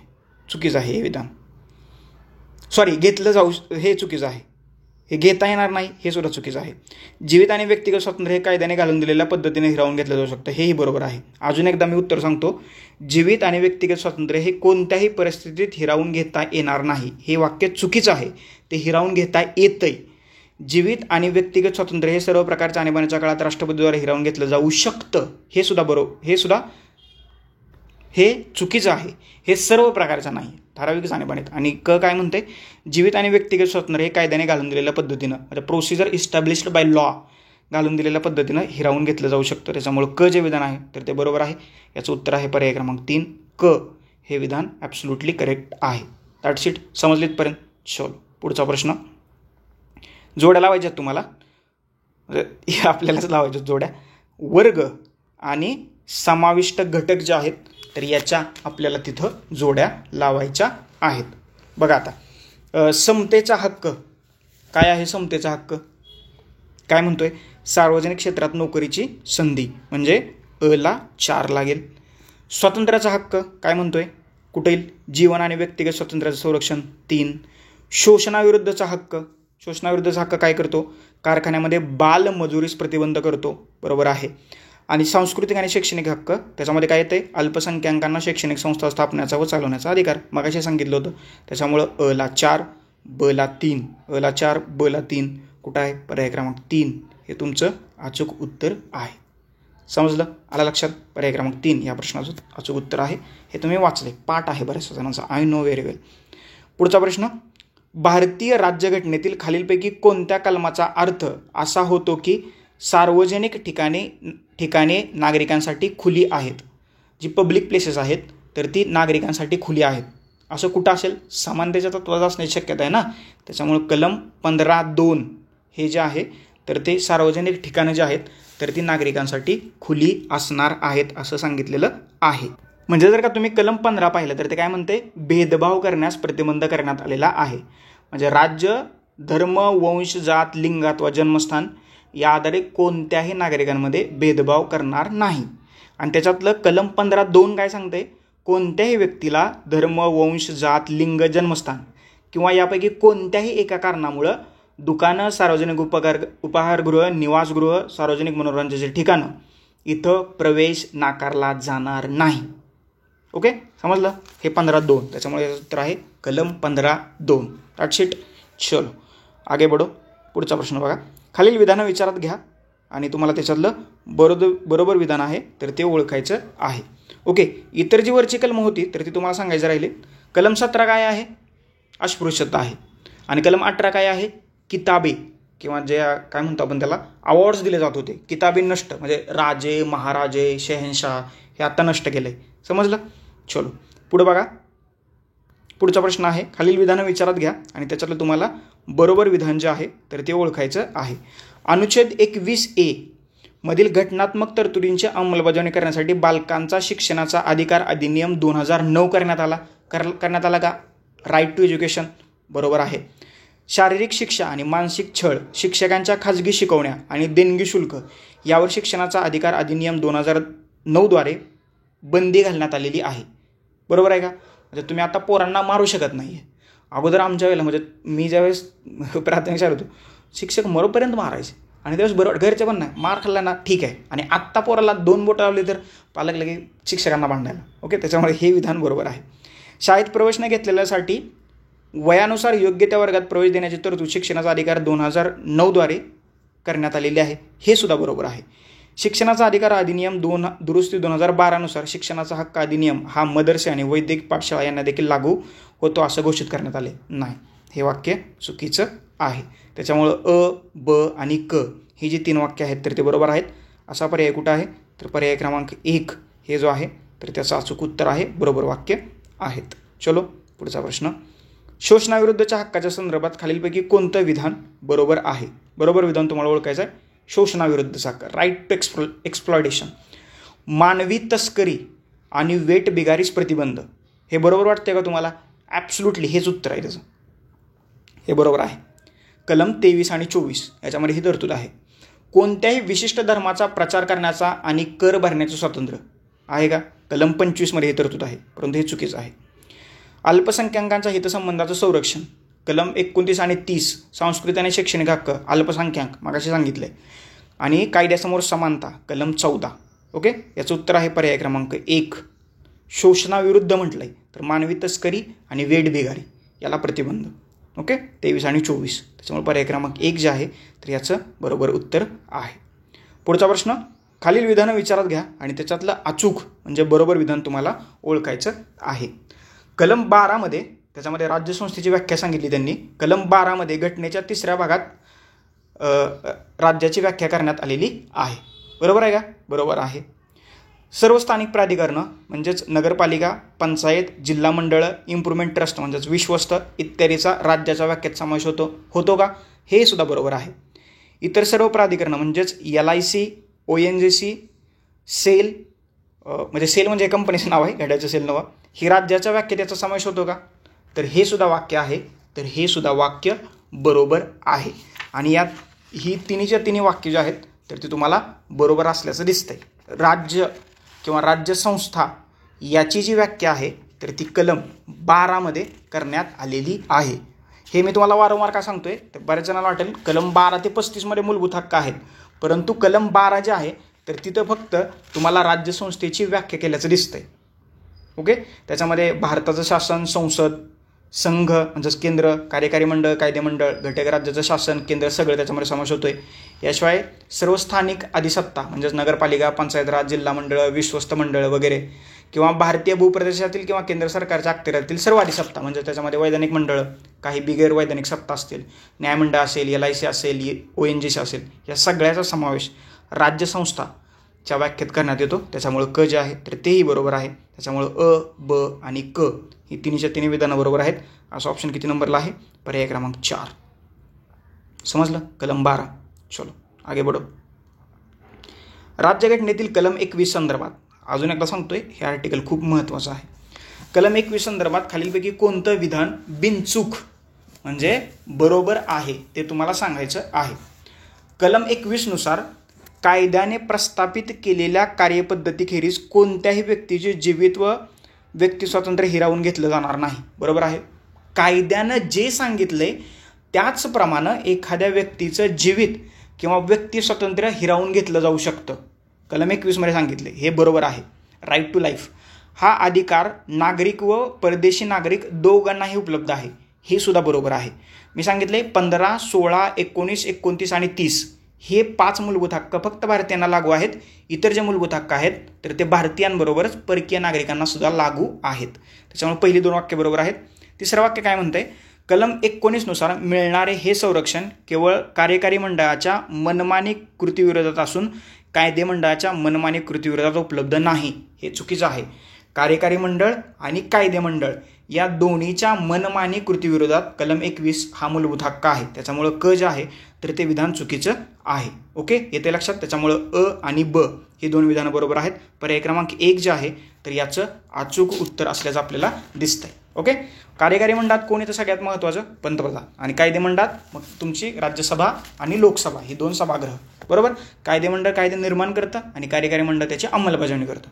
ओके, एक्स्ट्राची माहिती नोट डाऊन करून ठेवा. पुढचा प्रश्न, योग्य कथन तुम्हाला ओळखायचं आहे. 2 कथनं दिलेली आहेत किंवा 2 वाक्य दिलेले आहेत, त्याच्यातलं योग्य विधान तुम्हाला निवडायचं आहे. भारतीय संविधानाच्या अनुच्छेद 19(2) मध्ये असं म्हटलं आहे की भारतीय नागरिकांना भाषण व अभिव्यक्ती स्वातंत्र्याचा अधिकार आहे. बरोबर. 19(2) मध्ये त्यांनी म्हटलेलं आहे की भारतीय काय म्हणू आपण त्याला, नागरिकांना भाषण व अभिव्यक्ती स्वातंत्र्याचा अधिकार आहे का? आहे का? तुम्हाला काय वाटतंय? आहे का आपल्याला अधिकार? आहे. भाषण व अभिव्यक्ती स्वातंत्र्याच्या अधिकारावर काही मर्यादा आहेत, जसं सार्वजनिक सुव्यवस्था किंवा नैतिकतेचं उल्लंघन करू नये. बरोबर आहे का? बरोबर आहे. कलम 15, 16, 19, 29 आणि 30 5 कलम लक्षात ठेवायचे. 19(2) इथं आहे. त्याच्यामुळे दोन्ही पर्याय जे आहेत तर ते बरोबर. सॉरी 1 मिनिट हा. थोडीशी एक मिस्टेक झाली. काय मिस्टेक झाली? माझ्या खूप मोठी नाही झाली. कलम 19(2) मध्ये ही तरतूद नाही आहे. कलम 19(1) मध्ये माझ्या डोक्यात ते होतं की कलम 19च फक्त. कलम 19(2) मध्ये भाषण आणि अभिव्यक्ती स्वातंत्र्यावरच्या मर्यादा किंवा बंधनं नमूद करण्यात आलेली आहेत. त्याच्यामुळं पहिलं जे वाक्य आहे तर ते ॲब्सोल्युटली चुकीचं आहे. कलम 19(1) मध्ये काय आहे? 19(1) मध्ये तुम्हाला भारतीय नागरिकांना भाषण व अभिव्यक्ती स्वातंत्र्याचा अधिकार आहे आणि कलम 19(2) मध्ये भाषण व अभिव्यक्ती स्वातंत्र्याच्या हक्कावरच्या मर्यादा देण्यात आलेल्या आहेत. त्याच्यामुळे पहिलं वाक्य ॲब्सोल्युटली चूक आहे आणि दुसरं वाक्य ॲब्सोल्युटली बरोबर आहे. त्याच्यामुळे याचं उत्तर आहे पर्याय क्रमांक 2. फक्त ब जे विधान आहे तर ते बरोबर आहे. Sorry, it's my mistake, I apologise. Okay, आलं लक्षात? चलो पुढचा प्रश्न. आर्थिक दुर्बल घटकांसाठी 103व्या घटना दुरुस्तीने 2019 मध्ये भारतीय राज्यघटनेच्या कलम 15(6) आणि कलम 16(6) मध्ये पुढील तरतुदींचा समावेश करण्यात आला. कुठल्या कुठल्या तरतुदी समावेश करण्यात आलेल्या आहेत ते उत्तर तुम्ही द्यायचं आहे. अनुसूचित जाती, जमाती व इतर मागासवर्गीयांसाठी असलेल्या योजनेचा त्यांनी लाभ घेतलेला नाही त्यांना या आरक्षणाचा लाभ घेता येईल असं काही नाही आहे. हे विधान जे आहे तर हे चुकीचं आहे. आर्थिक मागासवर्गीयांना 13% आरक्षणाचं प्रमाण राहील, नाही 10% राहील. त्याच्यामुळे हे सुद्धा चुकीचं आहे. या आरक्षणाचा लाभ शैक्षणिक आणि नोकरीविषयक बाबींना लागू होईल, हे बरोबर आहे. क बरोबर आहे. आणि ड विधान काय बघा. ड विधान काय म्हणते? आर्थिक मागासवर्गीयांना 10% आरक्षणाचं प्रमाण राहील. बघा, दोन वाक्य इक्वली अपोजिट आहेत. इथं त्यांनी 13% म्हटलंय आणि इथं त्यांनी 10% म्हटलंय. म्हणजे असा ऑप्शन शोधायचा की जिथं ब किंवा ड दोन्हीपैकी एक पर्याय असायला पाहिजे. दोन्ही पर्याय असतील तर ते वाक्य चुकीचं आहे किंवा तो ऑप्शन चुकीचा आहे. असा म्हणजे बघा, क बरोबर आहे आणि ड बरोबर आहे. म्हणजे ही दोन वाक्य जे आहेत तर ते बरोबर आहेत. आता आपण ऑप्शनकडे जाऊया. बघा, क आणि ड बरोबर आहे का? क आणि ड हे याचं उत्तर आहे. बघा, इथं क आणि ड इथं पण आहे, इथं ब आणि ड आहे. त्याच्यामुळे 2 जाते. 10% आरक्षणाची तरतूद करण्यात आलेली आहे. That's it. त्याच्यामुळे उत्तर आहे पर्याय क्रमांक 1. क आणि ड ही दोन वाक्य बरोबर आहे. ते शैक्षणिक आणि नोकरीविषयक बाबींना हे आरक्षण लागू होईल आणि आरक्षण जे आहे तर मागासवर्गीयांसाठी 10% वेगळ्या आरक्षणाची तरतूद करण्यात आलेली आहे. समजलं? चलो पुढे जाऊया. भारतीय राज्यघटनेनुसार धार्मिक स्वातंत्र्याच्या हक्काबाबत खालीलपैकी कोणतं विधान बरोबर आहे? हे कलम 25 अंतर्गत असणारा प्रश्न आहे. सदसद बुद्धीच्या स्वातंत्र्याला सर्व प्रौढ नागरिक सारखेच हकदार आहेत. नाही, हे चुकीचं आहे. सदसद बुद्धीच्या स्वातंत्र्याला सर्व भारतीय सारखेच हकदार आहेत. नाही, हे सुद्धा चुकीचं आहे. सदसद विवेक बुद्धीच्या स्वातंत्र्याला सर्वजण वैयक्तिकरित्या सारखेच हकदार आहेत. नाही, हे सुद्धा चुकीचं आहे. सदसद विवेक बुद्धीच्या स्वातंत्र्याला सर्व व्यक्ती सारख्याच हकदार आहेत. ह्या व्यक्ती या शब्दाला जास्त महत्त्व आहे. बाकी सगळ्या वाक्यांचं ड्राफ्टिंग सेमच आहे. व्यक्ती, त्याच्यामुळे पर्याय क्रमांक 4 जे आहे तर ते बरोबर आहे. इथं सर्वजण वैयक्तिकरित्या म्हटलंय, त्याच्यामुळे हे चुकीचं आहे. सर्व भारतीय म्हटलंय, सर्व प्रौढ नागरिक म्हटलंय, सर्व व्यक्ती. कारण कलम 25 जे आहे तर ते भारतीयांबरोबरच इतर परकीय नागरिकांना सुद्धा लागू होते. रेफरन्स आला का लक्षात? त्याच्यामुळं पर्याय क्रमांक 4 जे आहे तर ते बरोबर आहे. ओके, चलो पुढे जाऊया.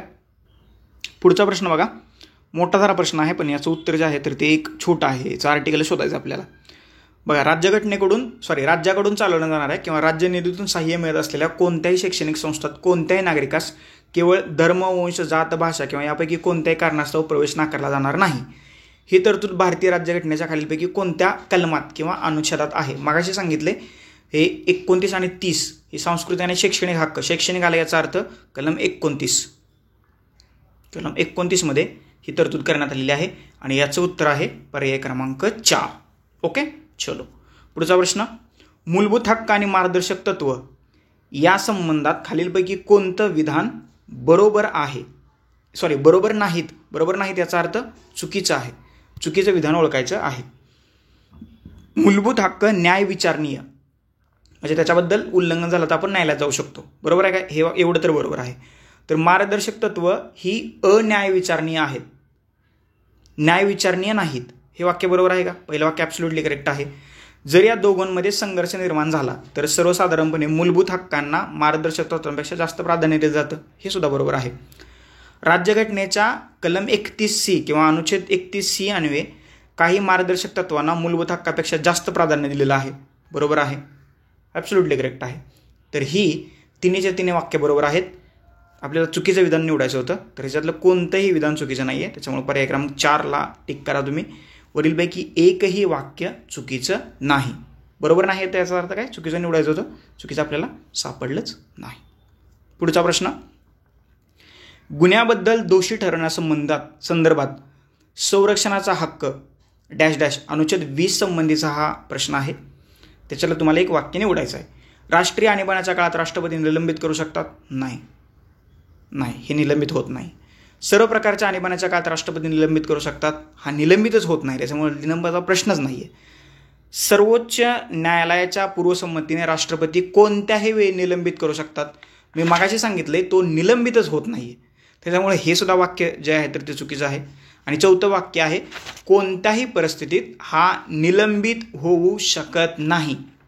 त्याच्यामुळे पर्याय क्रमांक 4 जे आहे तर ते याचं अचूक उत्तर आहे. हा जो 20 हा जो काय म्हणतो आपण त्याला मूलभूत हक्क आहे, तर हा व्यक्तीला विशिष्ट परिस्थितीत महत्त्वाची संरक्षणे पुरवण्याशी संबंधित हे कलम आहे. तर हे कधीच निलंबित होत नाही, कोणत्याही परिस्थितीत निलंबित होऊ शकत नाही. पर्याय क्रमांक 4 जे आहे तर त्याचं अचूक उत्तर आहे. ओके, येते लक्षात. आणि गट ते स्थानबद्धतेची तरतूद आहे तर ती याच्यातच करण्यात आलेली आहे. ओके, पुढचा प्रश्न, योग्य जोड्या तुम्हाला लावायच्या आहेत. कलम आणि मूलभूत अधिकार. सोपा प्रश्न आहे हा. कलम 15 काय आहे? भेदभावाचा अभाव. कलम 17 अस्पृश्यतेची समाप्ती 4. कलम 18 पदव्यांची समाप्ती मागाशी सांगितले. आणि कलम 14 कायद्यासमोर समानता.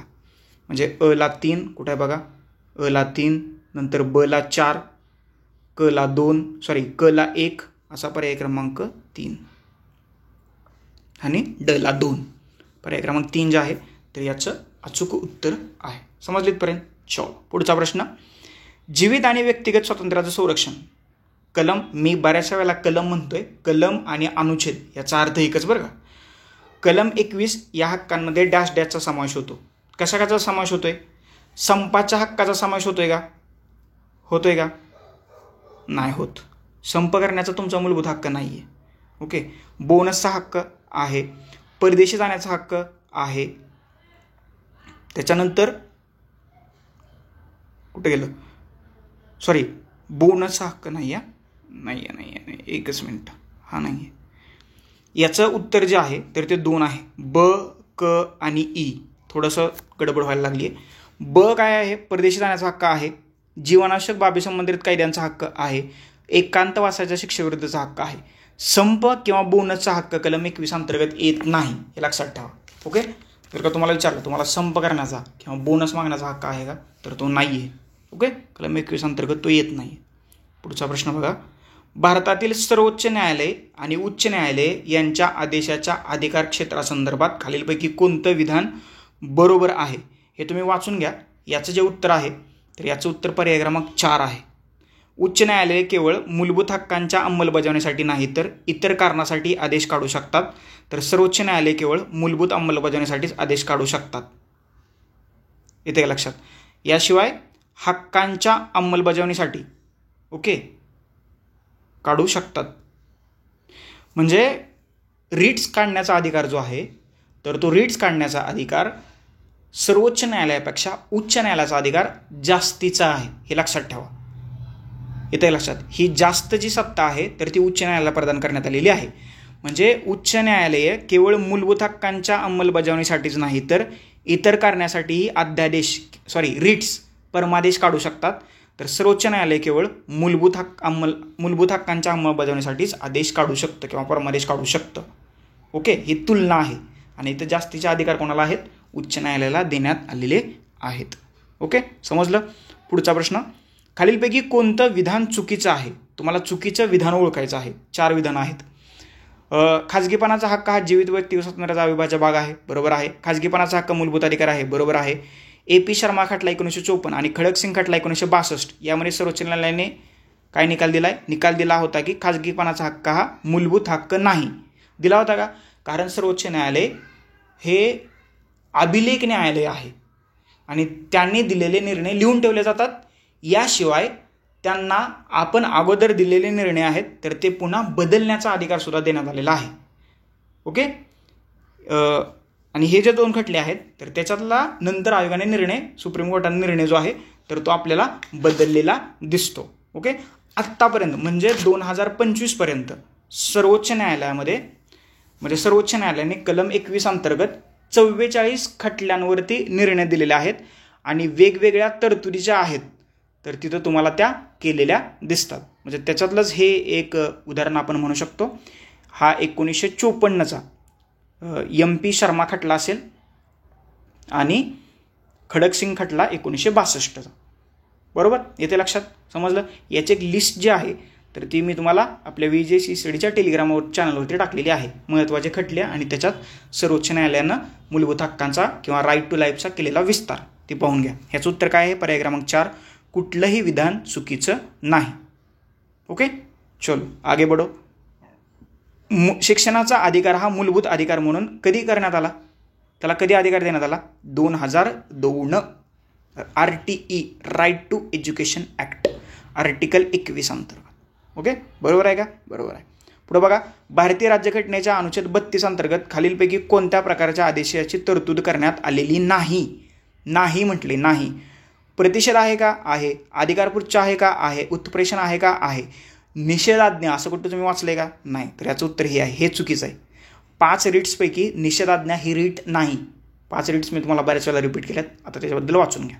ओके, समजलं. पर्याय क्रमांक 1 जे आहे तर त्याचं अचूक उत्तर आहे. बरोबर, चलो आगे बढो. भारतीय संविधानातील मूलभूत अधिकारांसंबंधी योग्य विधानं शोधा. काय करायचं आहे तुम्हाला? योग्य विधान ओळखायचं आहे. भारतातील सर्व व्यक्तींना भारतीय नागरिकांप्रमाणेच परदेशी व्यक्तींनाही शिक्षणाचा अधिकार अनुच्छेद 21A लागू आहे. आहे का? तर आहे. परदेशातली लोकही भारतातल्या युनिव्हर्सिटीत येऊन शिक्षण घेतात. बरोबर. अनुच्छेद क्रमांक 20 आणि 21 मधील मूलभूत अधिकार हे राज्यांनी विशिष्ट प्रकारची कृती करू नये अशी ताकीद आहे आणि त्यामुळे या अधिकारांचं स्वरूप जे आहे तर ते नकारात्मक आहे. हे बरोबर आहे. हे सुद्धा वाक्य बरोबर आहे. म्हणजे कलम 20 काय म्हणते बघा, व्यक्तीला विशिष्ट परिस्थितीत महत्त्वाची संरक्षणे पुरवली जातील. कलम 20 सांगते. म्हणजे काय, कोणत्याही व्यक्तीला पूर्वी केलेल्या कायद्याने शिक्षा सुनावता येणार नाही. म्हणजे राज्याने ही कृती करू नये म्हणून कलम 21 मध्ये तरतूद करण्यात आली ना. याशिवाय एकाच गुन्ह्यासाठी एखाद्या व्यक्तीला एकापेक्षा अधिक वेळा खटला चालवता येणार नाही किंवा शिक्षा देता येणार नाही. म्हणजे राज्यसंस्थेनं काही गोष्टी करू नये अशी ताकीद 20 आणि 21 मध्ये दिलेली आहे. त्याच्यामुळे कलम 20 आणि 21 याचं स्वरूप जे आहे तर ते तुम्हाला नकारात्मक दिसेल. त्याच्यामुळे हे सुद्धा वाक्य बरोबर आहे.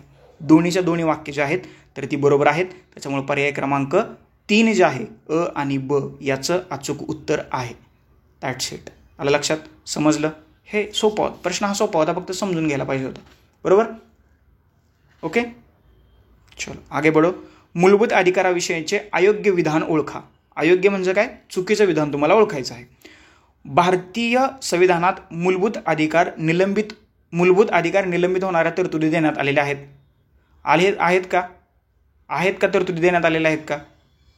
निलंबित होणाऱ्या तरतुदी देण्यात आलेल्या आहेत का? आहेत. अनुच्छेद 358 मध्ये सर्व मूलभूत अधिकारांच्या निलंबनासंबंधी तरतुदी आहेत. 358 मध्ये आहेत का? आहेत का? हे चुकीचं आहे. अमेरिकेच्या संविधानामध्ये मूलभूत अधिकार निलंबित करण्यासंबंधीच्या तरतुदी नाहीत. नाहीत का? नाहीत का? तर हेही चुकीचं आहे. सॉरी, हे बरोबर आहे. हे नाही आहेत. अमेरिकेत अशा तरतुदी नाही आहेत. त्याच्यामुळं क जे आहे तर ते बरोबर आहे. आणि अनुच्छेद 359 नुसार केवळ अनुच्छेद क्रमांक 20 मधील मूलभूत अधिकारच निलंबित करता येत नाहीत. 20 आणि 21 मधील करता येत नाही. बरोबर. त्याच्यामुळं हे सुद्धा चुकीचं आहे. ब आणि ड ही 2 विधानं जी आहेत तर ती चुकीची आहेत. कलम 20 आणि कलम 21 याच्यातले मूलभूत हक्क निलंबित करता येत नाहीत. आणि 358 मध्ये नाही आहे. जिथं जिथं मूलभूत हक्क दिलेला आहे तर तिथं लगेच त्याच्यावरती असणारे निर्बंध दिलेले आहेत. येते लक्षात? त्याच्यामुळं हे इथं ब पाहिजे होतं. ब आणि ड ही 2 विधानं चुकीची आहेत. पर्याय क्रमांक 3 जे आहे तर त्याचं बरोबर उत्तर आहे. समजलं? पुढचा प्रश्न. अनुच्छेद, या अनुच्छेदने थोडासा गोळ झाला कारण ते मला कलम म्हणायची सवय लागली आहे आणि अनुच्छेद करताना थोडंसं ती काय होतं ते चला जाऊ द्या, असू द्या, अनुच्छेद म्हणून आपण. अनुच्छेद 25 ते 28 नुसार मूलभूत अधिकार यासंबंधी पुढील विधानापैकी कोणतं विधान अयोग्य आहे? अयोग्य विधान तुम्हाला निवडायचं आहे. राज्याने पूर्णपणे आर्थिक सहाय्य दिलेल्या शैक्षणिक संस्थांमध्ये कोणत्याही धार्मिक सूचना देण्यात येणार नाहीत. बरोबर आहे ना. जर का तुम्ही राज्यांचं अनुदान, राज्यसंस्थेकडून अनुदान घेत असेल तर तिथे तुम्हाला धार्मिक सूचना किंवा धार्मिक शिक्षण देण्यात येणार नाही. बरोबर आहे. भारतीय संविधानाचे धर्मनिरपेक्षता हे मूलभूत चौकट किंवा बेसिक स्ट्रक्चरचं तत्व आहे का? आहे. म्हणजे तुम्ही धर्मनिरपेक्षमध्ये दुरुस्ती करून धर्मनिरपेक्षता काढून टाकू शकत नाही, कारण ते बेसिक स्ट्रक्चरचा भाग आहे. बरोबर आहे.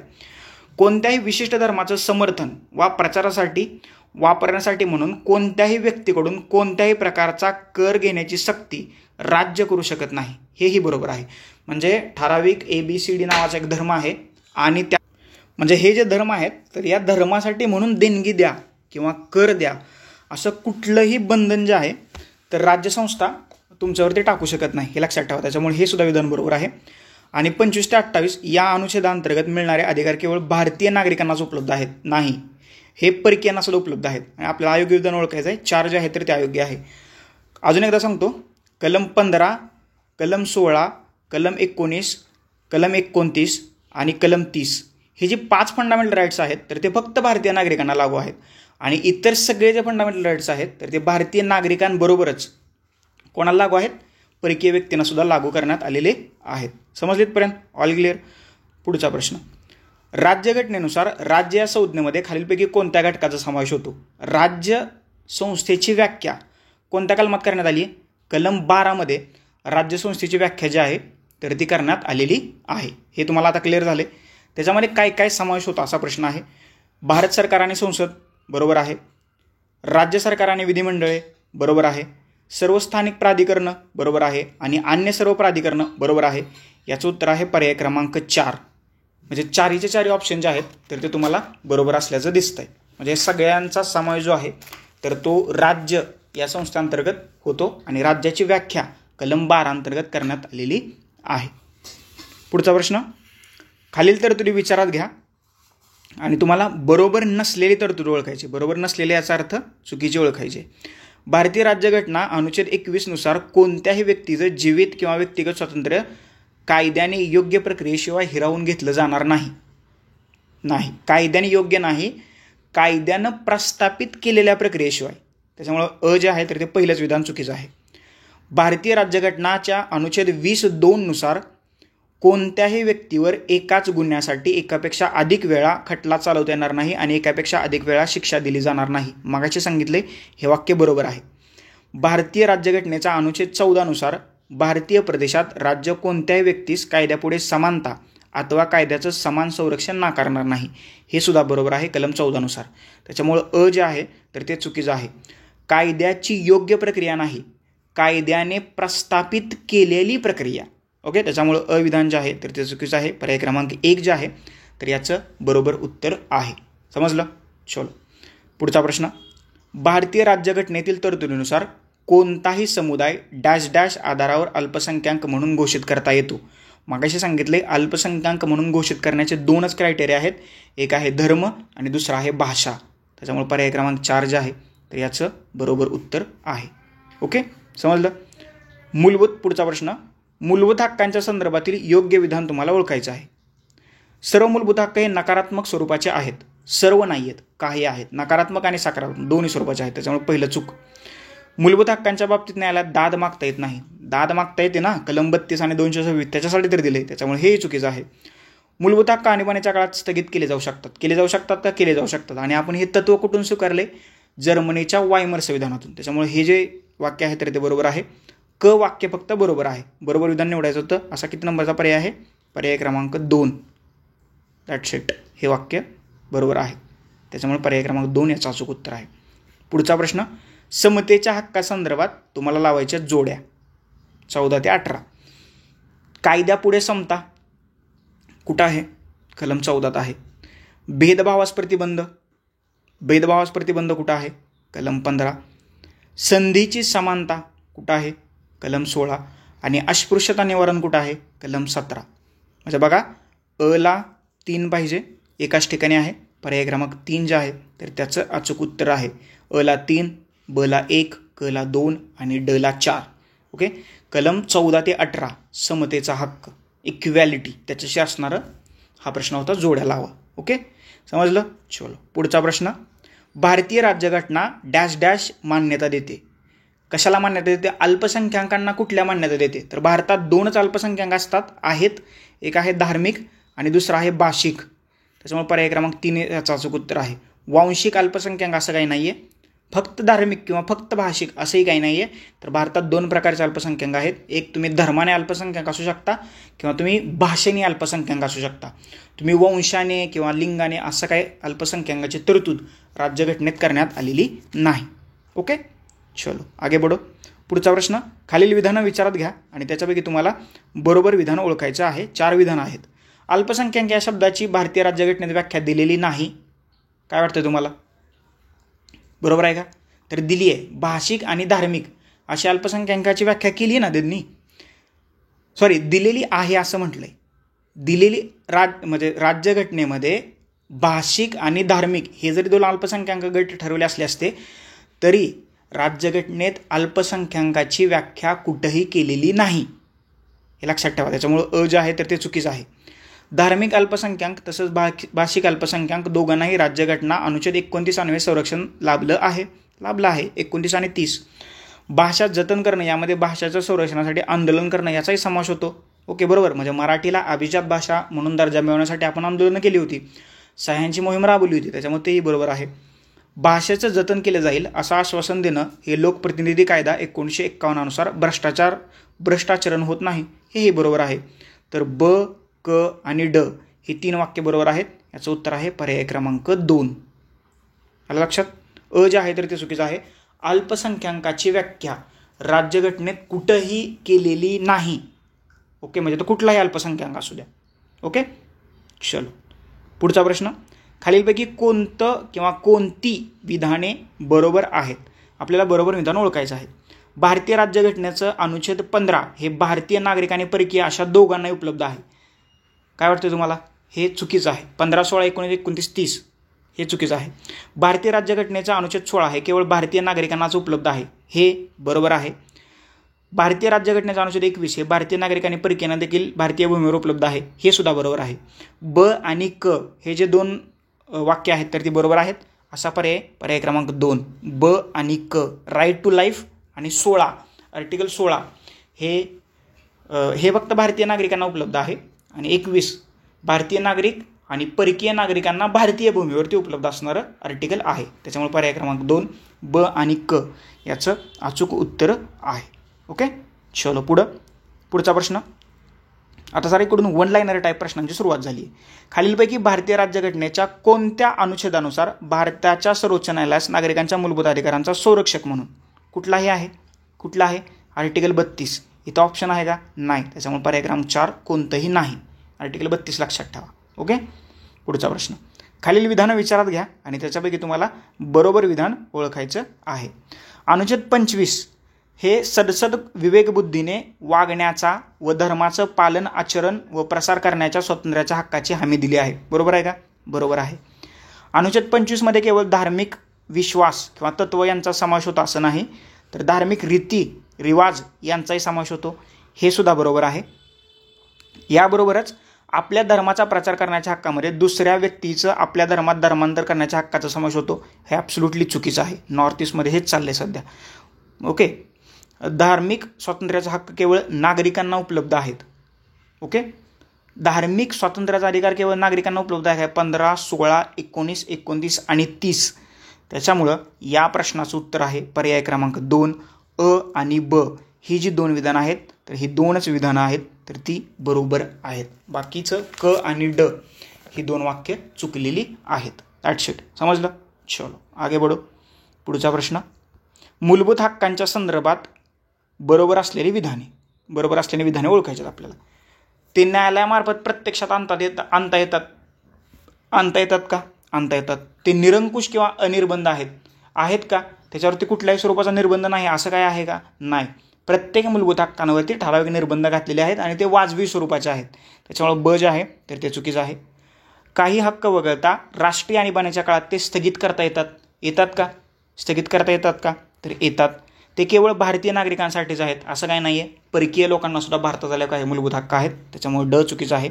अ आणि क ही 2 विधानं आहेत तर ती बरोबर आहेत. त्याच्यामुळे पर्याय क्रमांक 3 जे आहे तर ते याचं अचूक उत्तर असल्याचं आपल्याला दिसतंय. ओके, इथपर्यंत ऑल क्लिअर. आता पुढचा प्रश्न, जोड्या लावायच्या तुम्हाला. डायरेक्टली आपण जोड्याच लावून घेऊया. अस्पृश्यतेची समाप्ती कलम 17, कायद्यासमोर समानता कलम 14, संधीची समानता कलम 16 आणि भेदभावास प्रतिबंध कलम 15. अ ला किती पाहिजे? 2. ब ला किती पाहिजे? ब ला 3 पाहिजे. अ ला 2, ब ला 3 असा पर्याय आहे 4.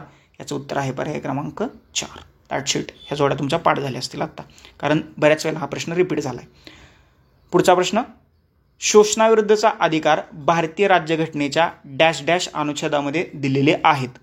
शोषणाविरुद्धचा अधिकार कुठे दिला आहे? सगळ्यांनाच माहीत आहे, कलम 23 आणि 24. ओके, पिळवणुकीविरुद्धचा राईट टू अगेन्स्ट एक्सप्लॉयटेशन 23 आणि 24.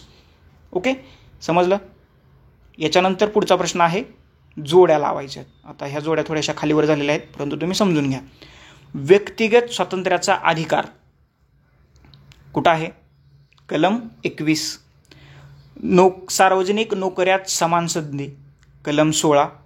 अल्पसंख्याकाचे अधिकार कुठे दिलेले आहेत? कलम 29 आणि 30, त्याच्यातलं कलम 30. शोषणाविरुद्धचा अधिकार तुम्हाला कुठे दिलेला आहे? कलम 23 मध्ये. इथं आहे कलम 5. ओके, आलं लक्षात. त्याच्यामुळं याचं जे उत्तर आहे तर पर्याय क्रमांक 2 या प्रश्नाचं बरोबर उत्तर आहे. ओके, समजलं. चलो पुढे जाऊया. पुढचा प्रश्न, भारतीय राज्यघटनेतील डॅश डॅश सार्वजनिक स्वरूपात फाशी देण्याविरुद्ध अधिकार प्रदान करतं. हे कलम कुठलं ग्रंथ आहे? कलम 21. कारण राईट टू लाईफ तुम्हाला सार्वजनिकरित्या म्हणजे एखाद्या गुन्ह्यासाठी सार्वजनिकरित्या चौकात पिवकात, ते पिक्चरमध्ये फक्त दाखवतात चौकात फाशी दिली, असं काय होत नाही. आर्टिकल 21 नुसार ती देता येत नाही. ओके, कारण तो राईट टू लाईफ आहे. बरोबर. जे गुन्हा केला आहे, जे काय तुम्हाला फाशी वगैरे द्यायची असेल तर ते 4 भिंतीच्या आत, ते तुम्हाला उघड्यावरती काय करता येत नाही. बरोबर. चलो पुढचा प्रश्न, भारतीय राज्यघटनेच्या 3ऱ्या आणि 4थ्या भागांसाठी राज्य संस्थेमध्ये कशाचा समावेश होतोय? बघा, भारत सरकार आणि संसद येते का? येते. प्रत्येक राज्याचं सरकार विधिमंडळ येते. स्थानिक शासन येते. भारतीय प्रदेशातील किंवा भारत सरकारच्या नियंत्रणाखालील इतर प्रशासकीय संस्था येत आहेत. त्याच्यामुळे उत्तर आहे पर्याय क्रमांक 4. सर्वच्या सर्व वाक्य जे आहेत तर ती बरोबर आहेत. समजलीत पर्यंत. चलो पुढचा प्रश्न बघा, खालीलपैकी कोणते आदेश हे फक्त न्यायिक आणि अर्धन्यायिक अधिसत्तेविरोधात काढता येतात? आता ह्या रीड्स, अजून एकदा ह्या रीड्स खूप महत्त्वाच्या आहेत बरं का. ह्या रीड्स तुम्ही एकदा वाचून घ्या, मी तर म्हणतो पाठ करा. तर याचं उत्तर आहे प्रतिषेध, प्रोहिबिशन. ह्या कलम 32 मधल्या 5 रीड्स आहेत, त्या मी मगाशी तुम्हाला सांगितलेल्या आहेत. याच्यावरती एक वेगळं लेक्चरसुद्धा आहे, जर का ते तुम्ही पाहिलं नसेल तर. भारतीय संविधान ही जी आपली फ्री लेक्चर सिरीज सुरू आहे तर त्याच्या अंतर्गत तुम्हाला लेक्चर जे आहे ते पाहायला मिळेल. याचं उत्तर आहे पर्याय क्रमांक 1. ओके, प्रतिषेध किंवा प्रोहिबिशन. बंदी प्रात्यक्षिकरण म्हणजे काय? Habeas corpus. उत्प्रेषण म्हणजे काय? सिरिटोरी. आणि अधिकारपृच्छा म्हणजे काय? कोवारंट. ओके, समजलं. चलो आगे बढो. पुढचा प्रश्न, भारतीय संविधानाच्या अनुच्छेद 19.2 मध्ये काय आहेत? निर्बंध आहेत. निर्बंध. अभिव्यक्ती स्वातंत्र्याच्या अधिकारावर लादलेल्या प्रतिबंध निर्बंधाचं आधार कोणते आहेत? कुठले कुठले आधार आहेत? तुम्ही न्यायालयाचा अवमान करू शकत नाही, बरोबर आहे. कायदेमंडळाचा अवमान करू शकता का? करू शकता, तिथं काय डाऊट नाही. तुम्ही कोणाची बदनामी करू शकत नाही, बरोबर आहे. राज्याच्या सुरक्षिततेला तुम्ही धोका पोचवू शकत नाही. त्याच्यामुळं अ, ब आणि ड पर्याय क्रमांक 1 जे आहे तर ते याचं अचूक उत्तर आहे. कायदेमंडळाचा अवमान किंवा टीका करू शकता का? ते तुम्हाला फुल परवानगी दिली, तुम्ही शिव्या द्या, काही का शिव्या द्या, माझं याचा अर्थ चांगल्या शिव्या द्या, तर याचा तुम्हाला अधिकार आहे. परंतु न्यायालयाचा अवमान करू शकत नाही आहे. राज्याच्या सुरक्षेला जर का तुमच्या एखाद्या कृतीमुळे धोका पोचणार असेल तर तो गुन्हा आहे. त्याच्यामुळे तुमच्या मूलभूत हक्कांवरती निर्बंध लादले जाऊ शकतात आणि तुम्ही कोणाची बदनामी करू शकत नाही. ओके, समजलं? आलं लक्षात. चलो पुढं पर्याय क्रमांक 1 याचं अचूक उत्तर आहे अ, ब आणि ड ही विधानं जी आहेत तर ती बरोबर आहेत. पुढचा प्रश्न, भारतीय संविधानाच्या अनुच्छेद डॅश डॅशमध्ये अटक आणि नजरकैदेच्या विरोधातील संरक्षणाची तरतूद करण्यात आलेली आहे. कुठं करण्यात आली?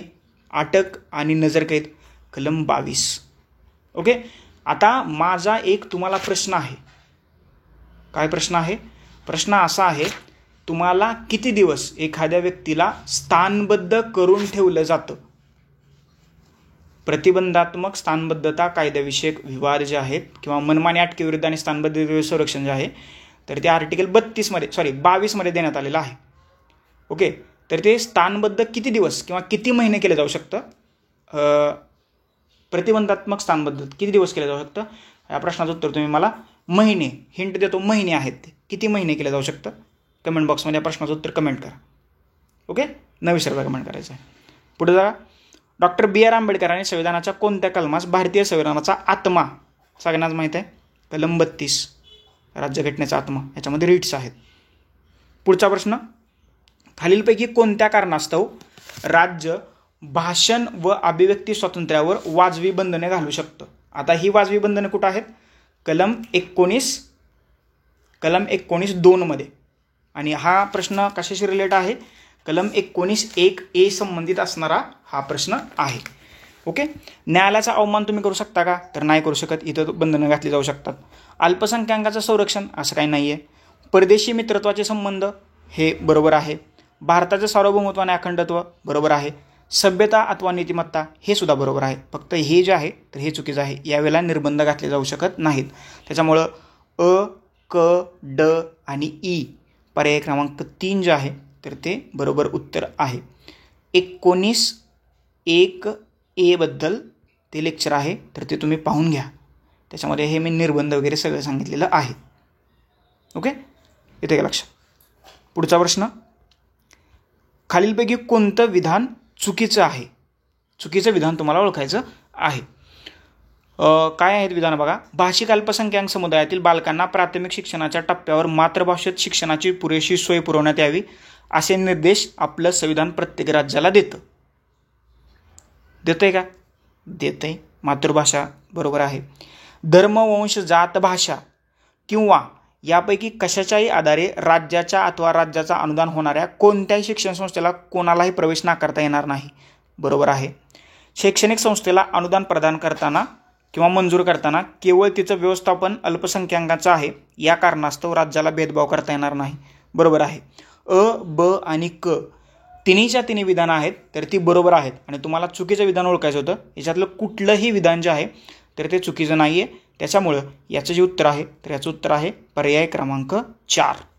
ओके, चलो पुढं बघूया. मोठा प्रश्न आहे थोडासा, तुम्हाला बरोबर विधान ओळखायचं आहे. भारतीय राज्यघटनेने सर्व नागरिकांना धार्मिक स्वातंत्र्याचा अधिकार दिला आहे. गणपती उत्सव आणि मोहरम एकदम आले आहेत. प्रशासनाने गणपती उत्सव मंडळे आणि मोहरम ताबूत मंडळे या दोन्हीवर बंधने घातली. ही कृती कशी आहे ते तुम्हाला सांगायचं आहे आणि बरोबर विधान ओळखायचं आहे. हे थोडक्यात केस स्टडी आहे. याचं उत्तर आहे पर्याय क्रमांक विधान क. सार्वजनिक सुव्यवस्था, नीतिमत्ता, स्वास्थ्य रक्षणाकरता घटनेने शासनाला बंदी घालण्याचा अधिकार दिलेले आहेत. त्यामुळे प्रशासनाची कृती जी आहे तर ती बरोबर आहे. आणि याचं उत्तर आहे पर्याय क्रमांक 2 क. आलं लक्षात. ओके, हा एक थोडासा इंटरेस्टिंग प्रश्न मला वाटला. काय प्रश्न आहे बघा.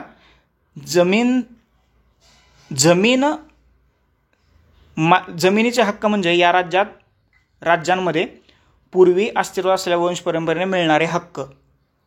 ओके, जन्मतः जमिनीचे हक्क म्हणजे डॅश डॅश या राज्यात किंवा राज्यांमध्ये पूर्वी अस्तित्वात असलेले वंश परंपरेने मिळणारे हक्क. तमिळनाडू आणि केरळ हे त्या प्रश्नाचं उत्तर आहे. 2017चा प्रश्न आहे. परत काही या प्रकारचा प्रश्न जो आहे तर तो रिपीट झालेला नाही. ओके, शेवटचे 4 प्रश्न राहिलेले आहेत, मग आपण थांबूया. खालील विधानं लक्षात घ्या. त्याच्यापैकी तुम्हाला बिनचूक किंवा बरोबर विधान ओळखायचं आहे. बघा, याचं डायरेक्ट मी तुम्हाला उत्तर देऊन टाकतो. अ आणि क ही जी विधानं आहेत तर ती बरोबर आहेत. सशस्त्र दले, निमलष्करी दले, पोलीस दले, गुप्तचर यंत्रणा आणि तदानुषंगिक दलाच्या सदस्यांना प्राप्त असलेल्या मूलभूत हक्कांवर निर्बंध लादण्याचा किंवा त्यांचा संक्षेप करण्याचा अधिकार कलम 33 नुसार तरतूद करण्यात आलेली आहे. या कलमानुसार केलेला कोणताही कायदा मूलभूत हक्कांच्या विपर्यस्त आहे. या कारणावरून त्यास कोणत्याही न्यायालयात आव्हान देता येणार नाही. हेही बरोबर आहे. आणि ब, कलम 33 नुसार कायदे करण्याचा अधिकार संसदेवर नाही. संसदेला हा अधिकार नाही, राज्य विधिमंडळाला हा अधिकार नाही आहे. तो अधिकार फक्त संसदेला देण्यात आलेला आहे. त्याच्यामुळे ब चुकीचं. अ आणि क हे जे वाक्य आहे तर ती वाक्य बरोबर आहेत. पर्याय क्रमांक 3 याचं अचूक उत्तर आहे. रिपीट झाला हा प्रश्न. मुलांसाठी मोफत व अनिवार्य शिक्षण राईट टू एज्युकेशन या कायद्याची अंमलबजावणी कोणत्या वर्षी सुरू झाली? वर्ष त्यांनी विचारले. याचं उत्तर आहे पर्याय क्रमांक 4, 1 एप्रिल 2010 पासून. म्हणजे एप्रिलपासून आपलं नवीन शैक्षणिक वर्ष सुरू होतं, परंतु आत्ता ते पुढे मागं व्हायला लागले. 1 एप्रिल 2010 पासून याची अंमलबजावणी सुरू झालेली आहे. ओके, चलो पुढचा प्रश्न. अनुच्छेद 12 नुसार 12 मध्ये काय आहे? राज्यसंस्थेची व्याख्या आहे. याच्यामध्ये कशाचा समावेश होतोय असं त्यांनी विचारले. आता सगळ्या घटकांचा. भारताचे संसद आणि शासन रिपीट आहे. राज्याचं विधिमंडळ बरोबर आहे. स्थानिक संस्था, नगरपालिका, जिल्हा बोर्ड बरोबर आहे. भारतीय शासनाच्या नियंत्रणकालीन संस्था उदाहरणार्थ LIC, ONGC, सेल यांचाही समावेश होतोय. पर्याय क्रमांक 4 याचं बरोबर उत्तर आहे. पुढे जाऊया. भारतीय राज्यघटनेने खालीलपैकी कोणता मूलभूत अधिकार हा केवळ भारतीय नागरिकांना लागू आहे? इथं 19 आहे, 14 सगळ्यांना आहे, 21A सर्वांना आहे आणि चौथा ऑप्शन काय आहे? 21 सुद्धा सगळ्यांना आहे. पहिल्यापासून सांगतो तुम्हाला. 15, 16, 19, 29 आणि 30 हे जे 5 फंडामेंटल राईट्स आहेत तर ते फक्त आणि फक्त भारतीय नागरिकांना लागू आहेत. आणि इतर जे फंडामेंटल राईट्स आहेत तर ते भारतीय नागरिकांबरोबरच भारतीय भूमीवरती परकीय लोकांना सुद्धा लागू आहेत. ओके, याचं उत्तर आहे पर्याय क्रमांक 2, स्वातंत्र्याचा हक्क. ओके, पुढचा प्रश्न. खालीलपैकी कोणतं विधान चुकीचं आहे? तुम्हाला चुकीचं विधान बाजूला काढायचं आहे. बघा, राज्यघटना हा देशाचा मूलभूत कायदा आहे का? आहे. राज्यघटनेनं काही हक्कांना संरक्षण आणि हमी दिली असल्यामुळे त्यांना मूलभूत हक्क म्हटलं जातं. हे सुद्धा बरोबर आहे. व्यक्तीच्या सर्वंकष विकासासाठी मूलभूत हक्क आवश्यक असतात. बरोबर आहे. राज्यघटनेच्या 4थ्या भागात नाही आहे, 3ऱ्या भागात हे मूलभूत हक्क देण्यात आलेले आहेत. त्याच्यामुळे हे जे विधान आहे तर ते चुकीचं आहे. पर्याय क्रमांक 4 याचं अचूक उत्तर आहे. प्रश्न सोपा होता. पुढचा प्रश्न. बरोबर विधान तुम्हाला ओळखायचं आहे. कायद्यापुढील समता ही संकल्पना मूळची अमेरिकन आहे, तर कायद्याचं समान संरक्षण ही संकल्पना ब्रिटिशांकडून घेतलेली आहे. हे जे वाक्य आहे तर हे वाक्य चुकीचं आहे. इथं त्यांनी विरोध केले. कायद्यापुढील समता ही संकल्पना जी आहे तर ती ब्रिटनची आहे आणि कायद्याचं समान संरक्षण ही जी संकल्पना आहे तर ती अमेरिकेची आहे. पहिलं वाक्य चुकीचं आहे. बरोबर. कायद्याचं अधिराज्य ज्याचा अंतर्भाव अनुच्छेद 14 मध्ये आहे ते राज्यघटनेचं पायाभूत वैशिष्ट्य असून ते घटनादुरुस्तीने देखील नष्ट करता येणार नाही. हे बरोबर आहे का? हे बरोबर आहे. राजदूत यांच्यासह परदेशस्थ यांना भारतीय फौजदारी व दिवाणी कारवायानुसार संरक्षण दिलेलं आहे. नाही, असं काही नाही. हे चुकीचं आहे. फक्त विधान ब जे आहे तर विधान ब हे बरोबर आहे. ओके, ब बरोबर आहे. सॉरी, इथं फक्त ब पाहिजे होतं. पर्याय क्रमांक 3 जे आहे तर याचं बरोबर उत्तर आहे. इथं एक्स्ट्रा झाले. फक्त ब जे आहे तर ते बरोबर आहे. आणि क ही जी 2 विधान आहेत तर कायद्यापुढील समता ही ब्रिटिशांकडून घेतलेली संकल्पना आहे आणि कायद्याचं समान संरक्षण इक्वल प्रोटेक्शन ऑफ लॉ हे अमेरिकेची संकल्पना आहे. आलं लक्षात? समजलं? That shit. फंबल मारायला लागले थोडंसं. पुढचा प्रश्न. राज्यघटनेच्या कलम -- मधील तरतुदीनुसार मानवी तस्करी आणि भिक्षेगिरी किंवा यासारख्या कोणत्याही सक्तीची मजुरी हे मूलभूत हक्कांचं उल्लंघन आहे आणि हे शिक्षेस पात्र असेल. हे कुठं सांगितले त्यांनी? कलम 23 मध्ये सांगितले. 23 कलम 23. आलं लक्षात? पुढचा प्रश्न. मूलभूत अधिकारातील खाजगीपणाचा अधिकार म्हणजे राईट टू प्रायव्हसी पुट्टास्वामी केस याच्याशी संबंधित आहे. जरा त्याच्याबद्दल वाचून घ्या. कोणत्या कलमामध्ये समाविष्ट करण्यात आला आहे? कुठल्या कलमात आहे? आर्टिकल 21 मध्ये आहे ना. जीविताचा आणि स्वातंत्र्याचा हक्क राईट टू लाईफ आर्टिकल 21. शोषणाविरुद्धचा हक्क 24-25. समतेचा हक्क समानतेचा हक्क 14. धार्मिक स्वातंत्र्याचा हक्क 25 ते 28. याचं उत्तर आहे पर्याय क्रमांक 1 जीवित आणि व्यक्तिगत स्वातंत्र्याचा अधिकार. ओके, चलो पुढे जाऊया. पुढचा प्रश्न. 2002च्या 86व्या घटनादुरुस्तीनुसार की जी RTEशी संबंधित आहे मूलभूत कर्तव्य राज्यघटना समाविष्ट करण्यात आलं. कोणतं मूलभूत कर्तव्य? मूलभूत कर्तव्याचा प्रश्न होता. ओके, परंतु हा मूलभूत हक्काशी संबंधित घटनादुरुस्ती असल्यामुळे मी इकडे प्रश्न घेतला आहे.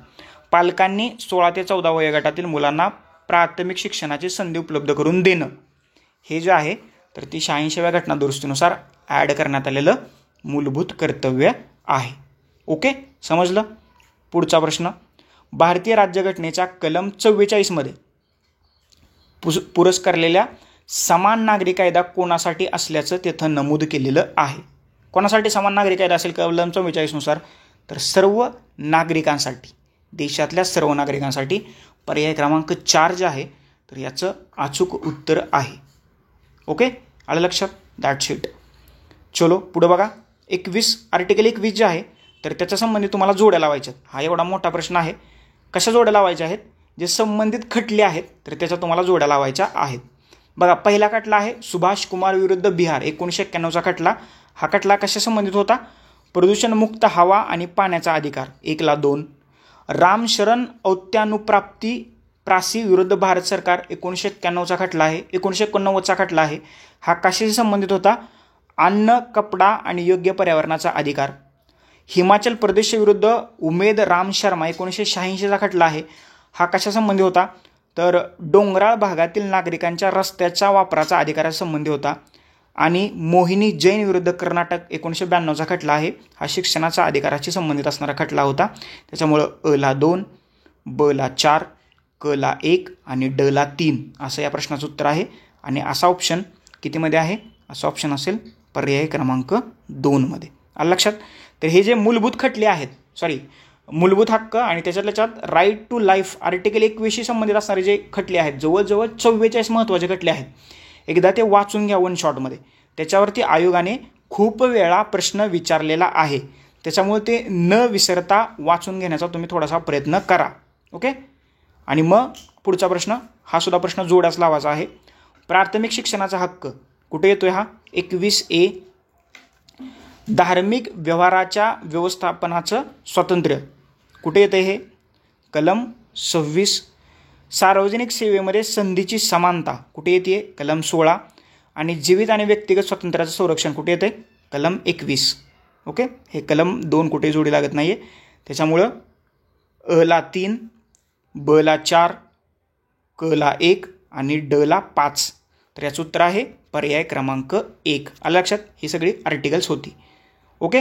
तर हा इथं प्रश्न हा संपलेला आहे.